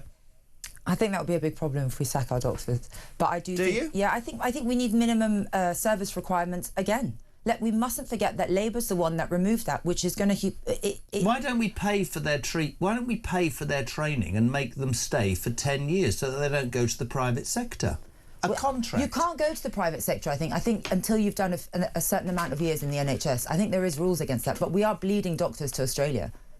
I mean, I must say my nephew's one of them. You know, he was a junior doctor and he has a much better life in Australia. But yeah, we need minimum service requirements in the NHS. It was in place, Labour removed it, and now we face this. Interesting. Let's go to London, strangely. Rosie, you're through to Layla Cunningham. Good morning. Hi there. Can you turn the television or radio off? I'm having one of those mornings in the background so we can hear your question, darling. Sorry. No, it's all good. Sorry. Turn it off. I've done it. You're through to Layla, go.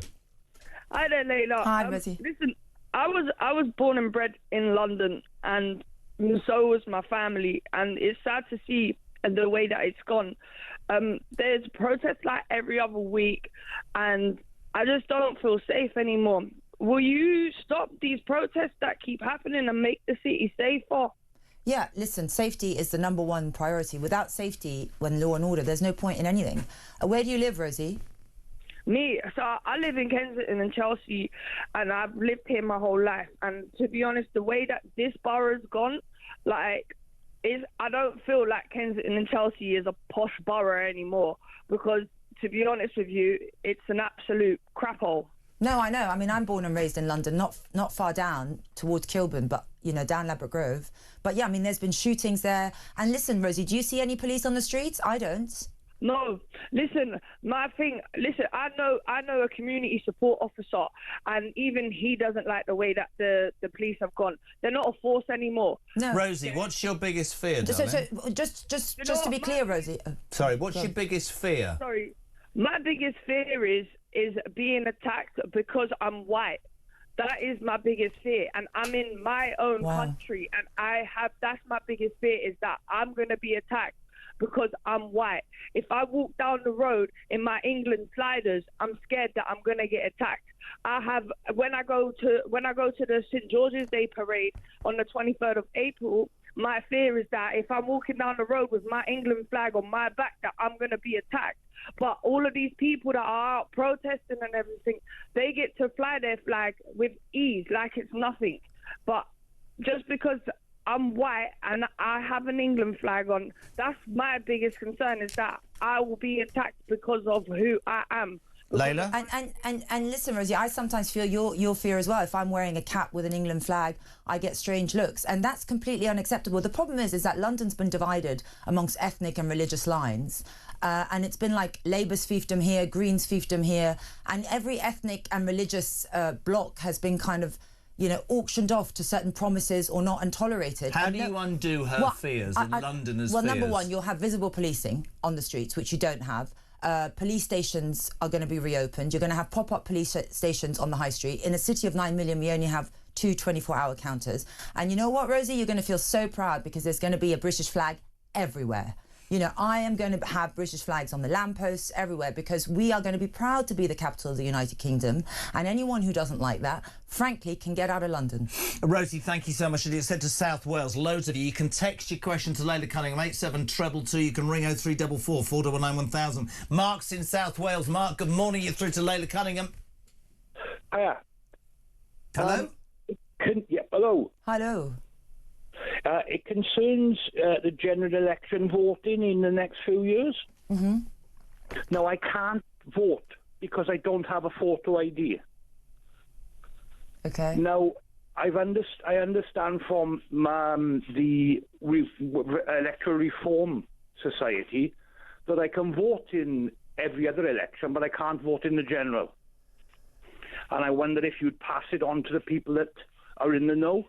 I will pass it on to the people in the know. He I'm not sure who. can't vote because you haven't got photo ID. Have you not got a driving licence? I have a driving licence, but it's an old paper one, old pink paper one. But why don't you just update it then? Then you'll be able to vote. Well, I can't do because I've lost my birth certificate. You've lost your birth certificate? What about your council tax You can order it again. You can order your birth certificate. What is this? Help me find... Come on, man. How old are you?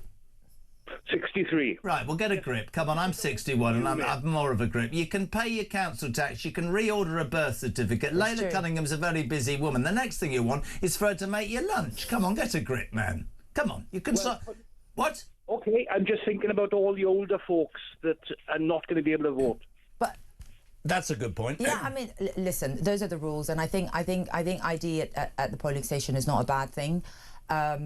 It is really easy to order a birth certificate. You just call the council and you get it. You don't need to go online. I've done it. I promise you that's the way to do it. Thank you, Mark. Just when you want lunch, let us know. Morning, Jez. Rob from Burnley. Could Reform challenge Sadiq Khan to participate in a live mayoral debate? I mean, he won't. You know what? It's one of the best perks of running, is that hopefully I get to debate him in a debate. But will he rock up? I don't know. I had Susan Hall on the other day. Literally, that viral footage when she just says, are there grooming gangs in London? And he looks past her and goes, I don't understand what the lady means. Can she ask the question again? And you know what he does? Obnoxious. And you know what he does? If I say London's dangerous, if I say, people don't feel safe, he'll say, oh, you're just talking London down. That's always his response. Yeah. And it's absolutely not true. London has not been the city that I recognise, and people don't feel safe, and he just keeps ignoring it. Did you see that he went begging our ambassadors to tell their country, or their, to change the reputation of London, that it's an unsafe city? I mean, that's what he's resorted to. Unbelievable. 0344 499 1000. Thank you to Adam from Surrey, who frankly is more creative than you lot through the grass. A suggestion for calls to Layla. How about line to Layla? Somebody will think we're talking about drugs. If you do that, be in trouble. Dave's in Dorset. Khan has 10 deputy mayors. Is that true? How many would you have, Layla? He has 9, actually. 9? 9. I don't know. Doing what? I don't know if anyone can name them. You know, they're on over 100 grand. I don't know what they do. No, I will have a very streamlined administration. Only what's needed. All the money will go into providing services for Londoners. That's it. On Sadiq Khan and other cronies waiting for honours and a seat in the House of Lords, shouldn't we see a CV of sorts made public as to why these people are given such titles? What's your thought very quickly on the House of Lords from Rob? That's interesting. You know, I was speaking to my husband the other day and I was thinking, because the House of Lords, they effectively govern us for life, right? I mean, they can stop legislation. Their idea, I guess, was to be a not a sounding blocker, a safety net. They were meant to be experts. But because it's now, I mean, there's a Labour peer who's 23 who got fired after 6 months. I want people with life experience from all walks. A bit like the jury thing, where you get judged by a variety of the demographic. And it was meant to be, because MPs aren't experts in... Absolutely. Well, now, nothing, really. But... I was thinking, do you not think it should be a game? It should be a TV show where the public, you know, you present yourself. This is why I want to be a peer. These are my credentials. Down. We need a comeback idea. Write it down, for Christ's sake. Write it down quick. These are my credentials, and the public, Great Britain, we all vote who we want to be in the House of Lords forever. Coming soon at 9:25 on ITV1, Jeremy Kyle returns on the new show. Should I become a lord or a lady? Vote me in. Thank you. If Sadiq is being made a lord, this is a brilliant question from Pete. Are you going to congratulate him? No, for what? I mean, literally, I feel the House of Lords has become a consolation prize. Well, actually, a conservation unit for has-beens who are taking out 1,500 quid a week for doing now. That's what I mean. You say they don't govern for life, but they're on the taxpayers' payroll for life. So he doesn't deserve to be a lord? For what? What's he achieved in London, apart from increased crime, lack of housing? You know, any motorist is taxed and punished. What has he achieved in London? Do people feel that London is better since he's come into power? I'd love to hear from you. Going to a break. We've got calls lined up, 0344 499 1000. You can call Layla Cunningham. You can voice note Layla Cunningham. You can text her on 87222. I'm off in 3. I'm having a wee. I'll see you in a minute. Bye.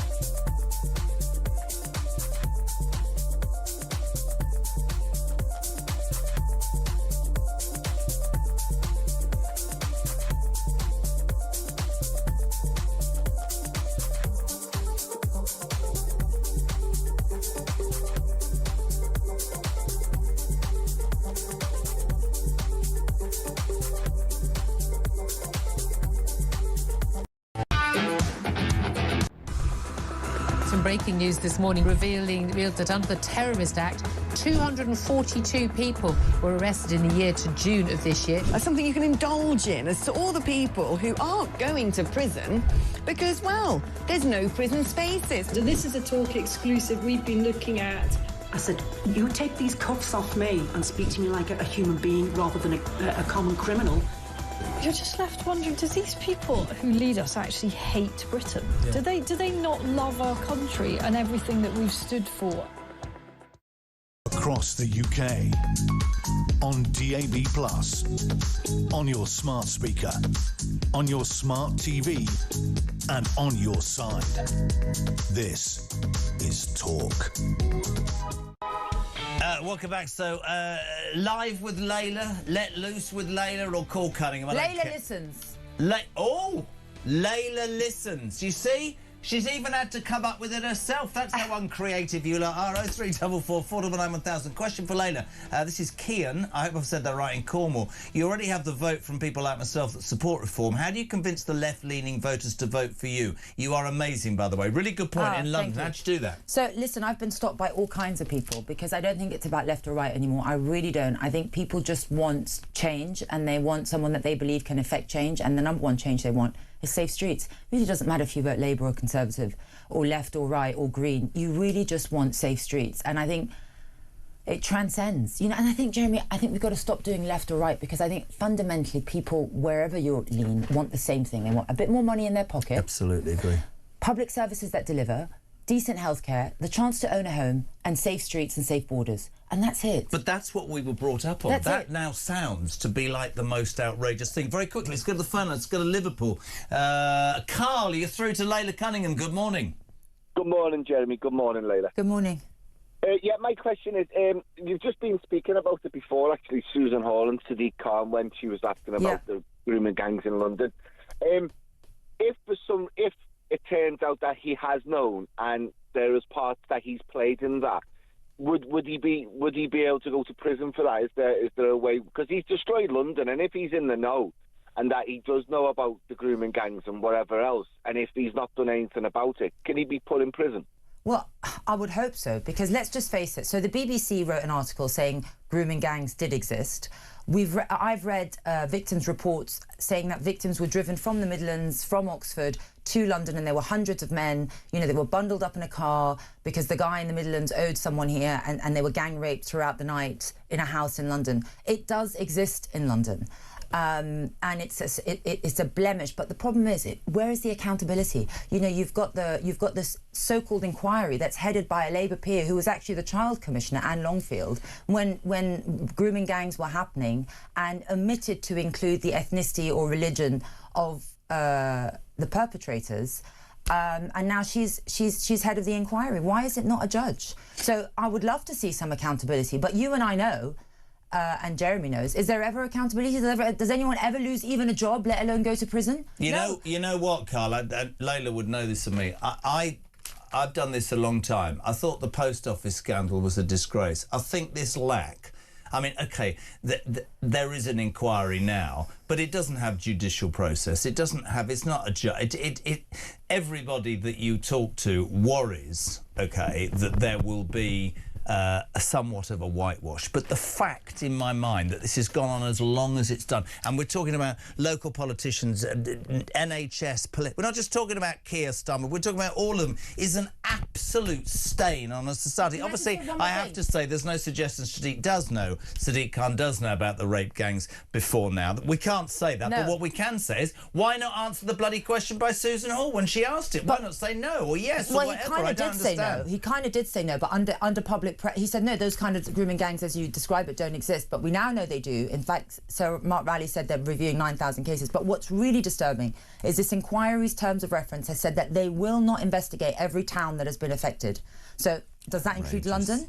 You know, they're basically again telling victims that your story, if we don't want to investigate it, won't be investigated, and that is a disgrace. It is not an investigation that is meant to uncover and leave no stone unturned, and that is a disgrace. Carl, thank you. You'll know in politics you get good and bad. Phil in Newcastle says, sorry, but I think Layla is too weak on immigration. All illegals must be detained and deported on arrival. 100%. I've always said that. You know, right now, I don't know where does that come from? Where does that come from?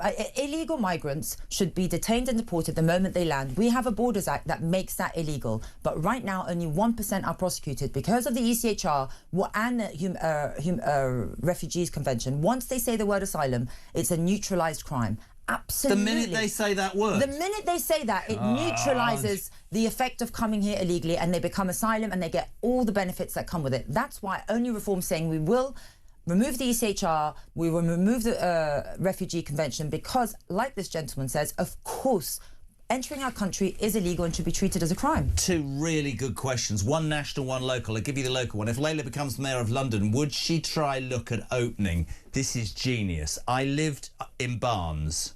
I cannot believe that Hammersmith Bridge has been left. It won't matter to you in the UK, but for 9 million people, it has not moved for 15, 20 years. You can't go across Hammersmith. If you were met, that's a really great question from Simon Fraser. Of course. So, you know, we did a Freedom of Information Act. Yeah. That council has spent 600 million in the past decade on consultants, but they can't find the money for the bridge. I mean, that's a disgrace. You know, you've got to ask who's benefiting from these consultants that they're hiring. Obviously not the people that they're meant to serve. So, yes, that will be a #1 priority. The #1 priority is to get London moving again. It's a disgrace that we have a bridge that nobody can go on. I mean, it is unbelievable. Unbelievable. I used to go across there the whole time. Very quickly, we're going to talk about the Waitrose story in Clapham, because that's done. But Alan and Middlesbrough, Jez, Layla, what will reform do about the enormous student debt problem blighting the future of thousands of young graduates? What's reform's stance? Alan Hanratty. Well, I mean, reform stance is that education should pay, #1. You know, you've got a lot of Mickey Mouse degrees that don't lead to a job. And universities are raking it in. But yeah, I think we should do everything we can to reduce student debt. You know, the problem is that the dream of university, you will go to university, you will leave with, you know, 40, 50,000 pounds in debt, and you will have a job waiting for you at the end of the line. That dream is fundamentally broken, and it doesn't really matter which university you go to. I speak to Oxford students who are struggling to find a job, and that's something they were promised. And you know, there's a lot of factors that go into that, but yeah, I do think the massive interest increase on student debt is really interesting, because that is an argument. Somebody said to me the other day, we were discussing this at home, a friend, and he was saying, but what you're saying is elitist. You're saying there should be less universities and less thing. And I said, yes, because it's been watered down. I always give the same example. You can go to Keele University and do a marketing degree in the Beckham brand. It doesn't give you a byword to getting a job like it used to, and thus people are getting into debt for no reason. This is a voice note for you. Bill, good morning. Morning, Jeremy and Layla. Bill in Telford. Lovely show. Just wanted to say that a couple of months ago I was down in London on a jolly with some friends and didn't hear a single English voice around me, you know, for the weekend. And earlier this year, I was in Amsterdam on a job for a week, and every day on the tram going in and around Amsterdam, all I could hear was English voices chattering around me. So it's a bit weird that you go to a completely different country and you've got English-speaking people all around you, except in your own capital city. How mad is that? Have a great day. You can't force people to speak English, but my opinion on that, just to be... It could be tourists. It depends very well. Of course that it can be tourists. And it's a bit rich from a man who's in Amsterdam, wink, wink, on a week's thing where everybody's English because everybody's No, I'm joking. Do you know, by the way, here's an interesting fact. This is completely irrelevant. You know how liberal Holland is about sex? Yeah, I do. The lowest percentage of teenage pregnancies in the Western world is in Holland because of that approach to sex. You didn't know that, did you? No, I didn't know that. Anyway, Bill's been... Well, thanks for letting me know. Are you feeling good about that? Yeah. Phil, good morning. Morning, Jeremy. It's Phil from Durban, SA again. Listen, I have 6 people flying to London this morning, and I told them, be very careful. Don't wear an expensive watch. Don't brandish a mobile phone. Be very careful when you walk the streets. They were astounded. They didn't believe me. I said, just be very careful. Anyway, great show, Jeremy. Keep up the good work. Love every day. Thanks, mate. Bye-bye. That's somebody from South Africa. I know. But he's right. He's completely right. And sometimes I see people wearing a nice watch on the tube and I literally go up to them. I'm like, can you please cover your watch? And they think I'm mad. I'm like, put your phone away, because he's right. I mean, how do you change it, Layla? I know that's a cheap question, but how do you change it? You really do need visible policing, Jeremy, because there really isn't. I mean, I go all across London and I just do not see police officers. How do you pay for that? We've got 35,000 officers. It's not about a budget. It's about deployment. You know, they are not. Why are they not being deployed right now? Well, I know that some of them are. You know, basically, when they have to attend court, they're taken away for the rest of the day. If they have to apply for criminal behaviour orders, which they don't do enough, they're taken away. You know, they're deployed. There's so much paperwork. You know, I'm speaking to people from the Met who come talk to me and want to kind of join the campaign, and they're like, managerial demands are totally different to what's happening on the ground. You know, they're taking courses, they're writing paperwork, and there isn't a strategy for visible policing. You know, and that's the mayor's fault. He sets the strategy, the priorities, and the budget. It is not. We have 35,000 officers that need to be deployed on our streets. We need police stations. We need someone. If your phone gets stolen, you can run somewhere or go somewhere and report it. This is an interesting question from Simon in Putney. Do you believe the quality of police officers in the Met is good enough? I can't say that because I haven't met enough to make a judgment. The ones I've worked with as a prosecutor were fantastic, honestly.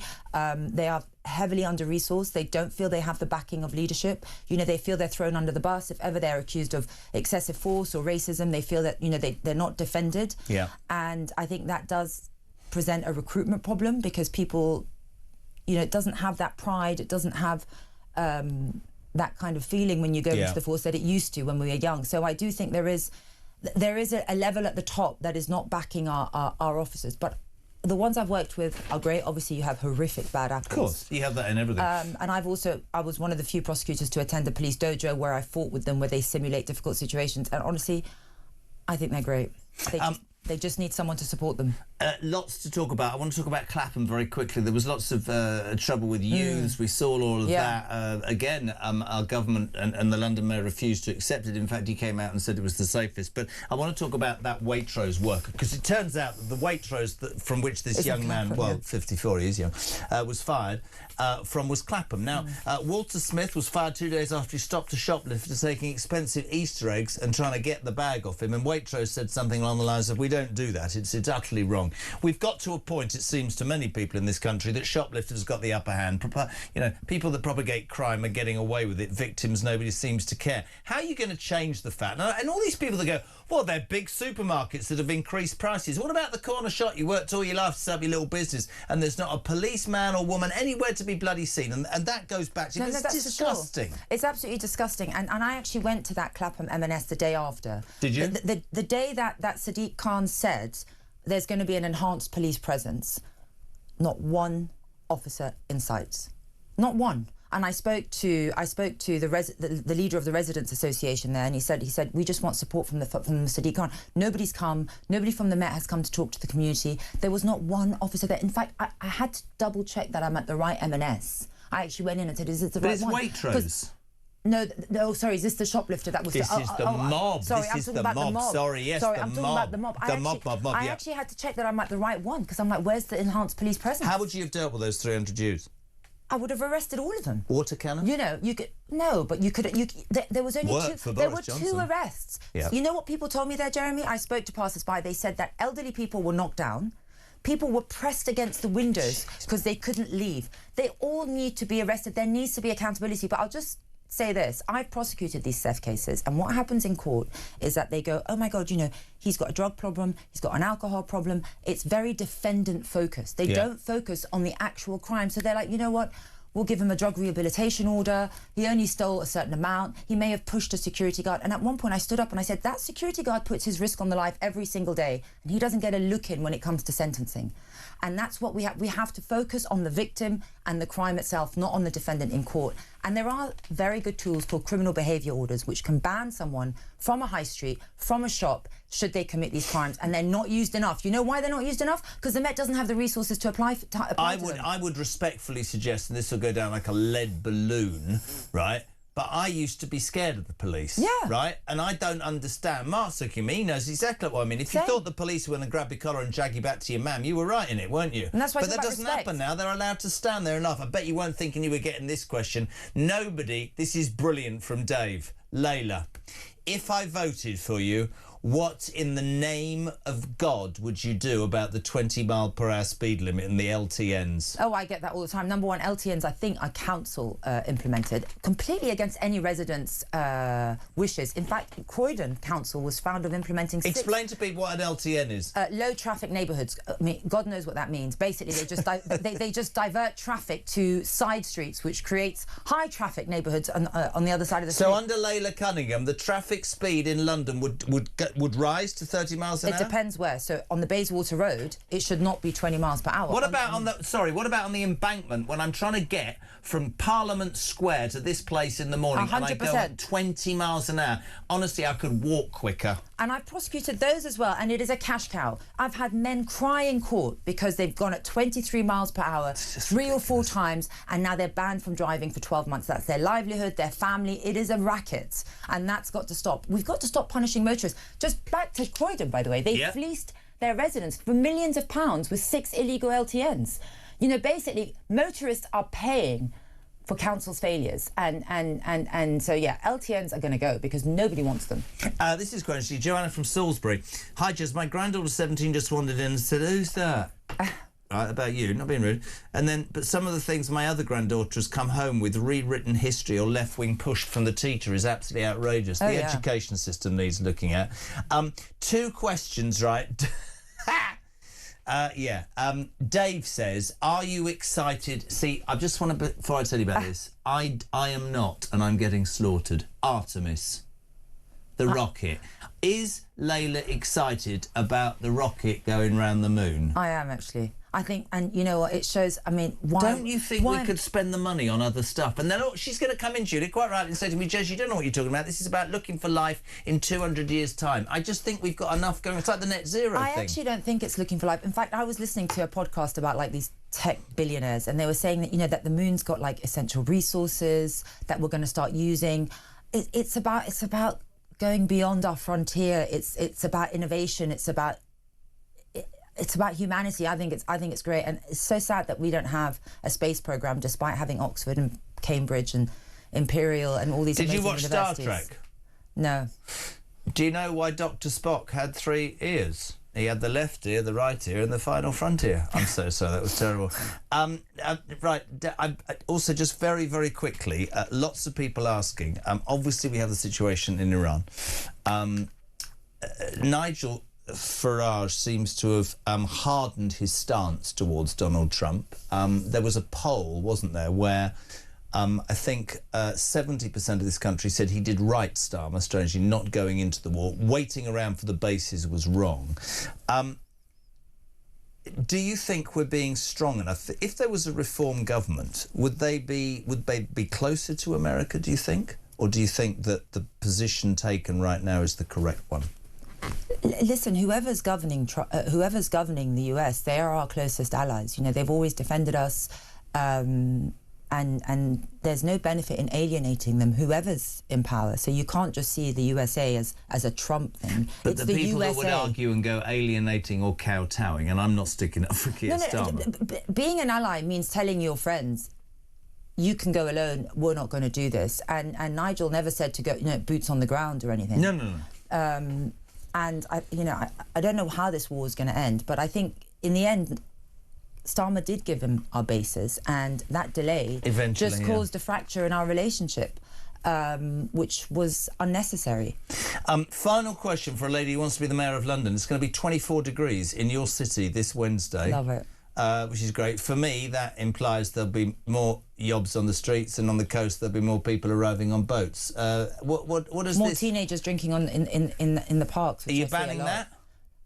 I mean, I don't think they're allowed to drink. I actually... our kids probably have both of our I'm sure our kids do, yeah. but I actually... You know, what's really bad is a lot of these corner shops, and I had one shut down in my ward. I was the only one to testify as a councillor. They are selling alcohol to kids in large litre Coca-Cola bottles, a litre of vodka for £40, and that's how the kids buy it. No ID... 12, 13 years old. It's a real blight on our youth, and I see them in the parks, and there has to be a crackdown on that. I can do it in my ward, but I would advise every councillor in London to make sure that those shops that are selling these things are caught and shut down. It's really great. It reminds me of one of my children, I'm not going to say which one, emptied a bottle of water, one of his water bottles, poured in some vodka, and went to a party, and none the wiser. I think that's standard, you know. I think it might be standard. Great to have you on. Are we doing this regularly? What did you say? What did you say? Layla listens. Layla listens. Can you write that down and come up with a jingle? Layla Cunningham, thank you very much indeed. Thank you for all of your response. Layla Cunningham, of course, Reform's mayoral candidate in London, answering everything from Trump to speed limits to Kanye West to whatever. We'll do it again in a couple of weeks. 0344 499 1000. You would talk breakfast.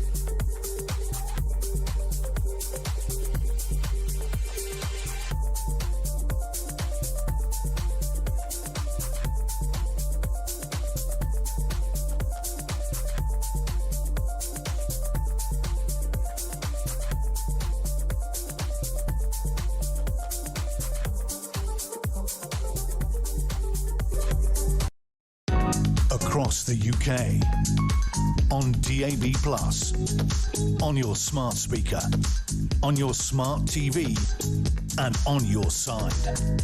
This is Talk. Welcome back. 12 minutes to 10. Julia Hartley-Brewer from 10. Good morning to Anna, who says, as a nurse of 40 years service, I'm absolutely disgusted at the greed shown by the public sector workers, Jez. No one has the terms and conditions public sector do. I entered the NHS knowing I had job security, a very valuable asset. These young doctors are greedy, inexperienced and self-centred. The NHS is there for the public, not the staff. I would ban them striking in the public sector. Before we finish, there's been a big, lots of talk this morning about Kanye West, the anti-Semite, should he be allowed in or not? Delighted to just slip in for the end of the show. Danny Stone is the CEO of the Anti-Semitism Policy Trust. Danny, good morning. Good morning. Thanks for having me on. Everybody knows my position on this. I've gone on and on about how I find any sort of racism abhorrent, but quite how anti-Semitism is allowed to flourish, it seems, in this country, and other forms are jumped upon is beyond me, and I'll forever jump up and down and say it. The Kanye West thing, my take on this is, yes, probably shouldn't be allowed, but for me, we've got a government led by a Prime Minister who's done nothing about hate marches where the Jewish and Israeli flags are set fire to, and that vile human being, Bob Villan, who was shouting deaf, deaf to the IDF. To me, this is Starmer doing what he thinks is right, but he's got a lot longer and further to go, hasn't he, Danny? Well, we'll test the government by their actions on this. You know, it was revealed last night that the Home Office are looking at the situation. To me, Kanye West is not somebody who is conducive to the public good. I do note that he has just this morning offered to meet the British Jewish community, which is an interesting offer. This is a statement for people who haven't heard this. He says, and I should read this, Danny, I've been following the conversation around the Wireless Festival. I want to address it directly. My only goal is to come to London and present a show of change, bringing unity, peace, and love through music. I would be grateful for the opportunity to meet with members of the Jewish community in the UK in person to listen. I know words aren't enough. I have to show change through my actions. If you're open, I'm here. Let's not forget he recorded a song saying Heil Hitler and has swastikas on his website. But of course, what you're finding and what people are saying to me is, but he's mentally ill. I'm not sure mental illness creates anti-Semitism, Danny. Well, whatever his excuse for it or his explanation, if he wants to change the way in which he's perceived, there are a number of steps he could take towards meaningful change. You mentioned this song, Heil Hitler. He should withdraw the song. He could stop selling the merchandise with swastikas on it. He could and should cancel his own appearance at Wireless and instead do meaningful engagement with the British Jewish community and others. And that might prove that this wasn't all some kind of cynical ploy towards commercial benefit and actually was meaningful change, because at the moment, I'm afraid that it doesn't look meaningful or genuine. Should or will the Jewish community want to meet with Kanye West, in your mind? Well, this morning, the Board of Deputies of British Jews has responded saying, similar to what I've just said, that if there is some meaningful change, particularly if West drops out and does not appear at the Wireless Festival, then they would be prepared to meet with him. And I think that's right. You can't just meet as some kind of whitewashing of the past behaviours. Meaningful change means meaningful change. It means doing something different. We can't just, this is somebody who on X was saying that the Jews are hidden in plain sight, that he loved Hitler, engaged in Holocaust denial, said he was going DEFCON 3 on Jewish people. That doesn't just get swept away and ignored. That needs proper address. Absolutely. He could engage and embark on an educational programme. He could have donated millions to an educational cause, but he didn't. And so just saying sorry and meeting a few people, to my mind, is not good enough. I want to see action. And I understand that. Just before you go, can you help me with something that really riles me up? Why is anti-Semitism treated differently and not as important as any other racism? Because it's all abhorrent, but I just don't understand why is it deemed to be so important. I mean, it's an excellent question, and I don't really understand why. I mean, can you imagine a scenario in which another music artist had, let's say, rallied against black people, for example, to take one example, or any other protected characteristic, and would there be calls for that just to be ignored, for there to be no consequences for it? It's kind of unthinkable, and rightly so. And so I don't have a good answer for you on why it's treated differently, but it's unquestionable that it is treated differently, and that's not good enough. All we're asking for is for the same standards to apply to Kanye West as has applied to other people for other forms of racism. Danny, great to have you on. Danny Stone, CEO of the Anti-Semitism Policy Trust. It's almost 7 minutes to 10. I've got to play this. This is Donald Trump. It's not so much a press conference, but he's being asked about Iran, and right next to him is an Easter bunny. Have a watch. This is brilliant. I don't think it gets much more hostile than Iran. They're capable fighters. They're very tough people. And there are others like that. You don't mind when the enemy is weak, but that enemy is strong. Not so strong like they were about a month ago. I can tell you, in fact, right now, they're not too strong at all, in my opinion, but we're soon going to find out, aren't we?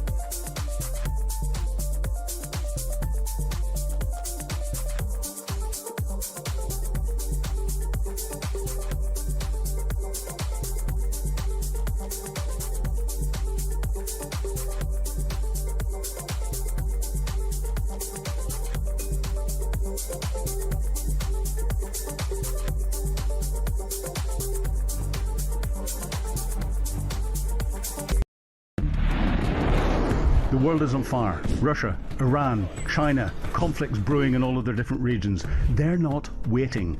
But here in Britain, our armed forces are underfunded, they're undermanned, and they're underprepared. And nobody in government wants to talk about it. Well, we do.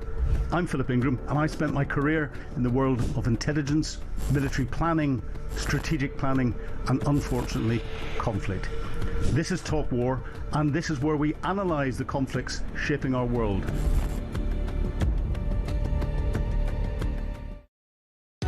Across the UK, on DAB+, on your smart speaker, on your smart TV, and on your side.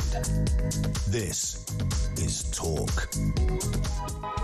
Welcome back. Driving around at 20 miles per hour must cause more pollution. Shouldn't Ed be more concerned, says Chris in South West London. Jill in West Sussex. Morning, Jess. Regarding shoplifting, what has gone wrong with this bloody country? I've been to many supermarkets in Spain and the Canary Isles and never seen one security officer and not anybody who's ever nicked anything. A very good morning to a person who would never shoplift, but she and I disagree on only one thing, space. I'm still excited about it. I've got a shoplifting story, but there we are. No, the Waitrose guard being sacked. I mean, again, I'm sorry. This is like the bus driver who got sacked for chasing off someone. These are good people. I know my local Waitrose security guard very well because he helped. Well, he helped get the. Posh, you shop at. I'm Aldi. I've got to be honest with you. I'm Aldi. It's the nearest supermarket. Oh, right, okay. That's my. It's on the way home from the tube station. No, but he's the one who found the CCTV of when I had my bags on. He's he's a good guy. I know him by name. And it's just genuinely they're not allowed to tackle anybody, and the shoplifters know that. Isn't that a clue? I think you should be frankly garrot them on the way out. I don't care Garrot anymore. them. I'm thinking public floggings. I mean, I'm totally in favour of public floggings. Honestly, at this point. it really infuriates Bikes me left on pavements. when people go, oh, but these big supermarkets are increasing prices. What about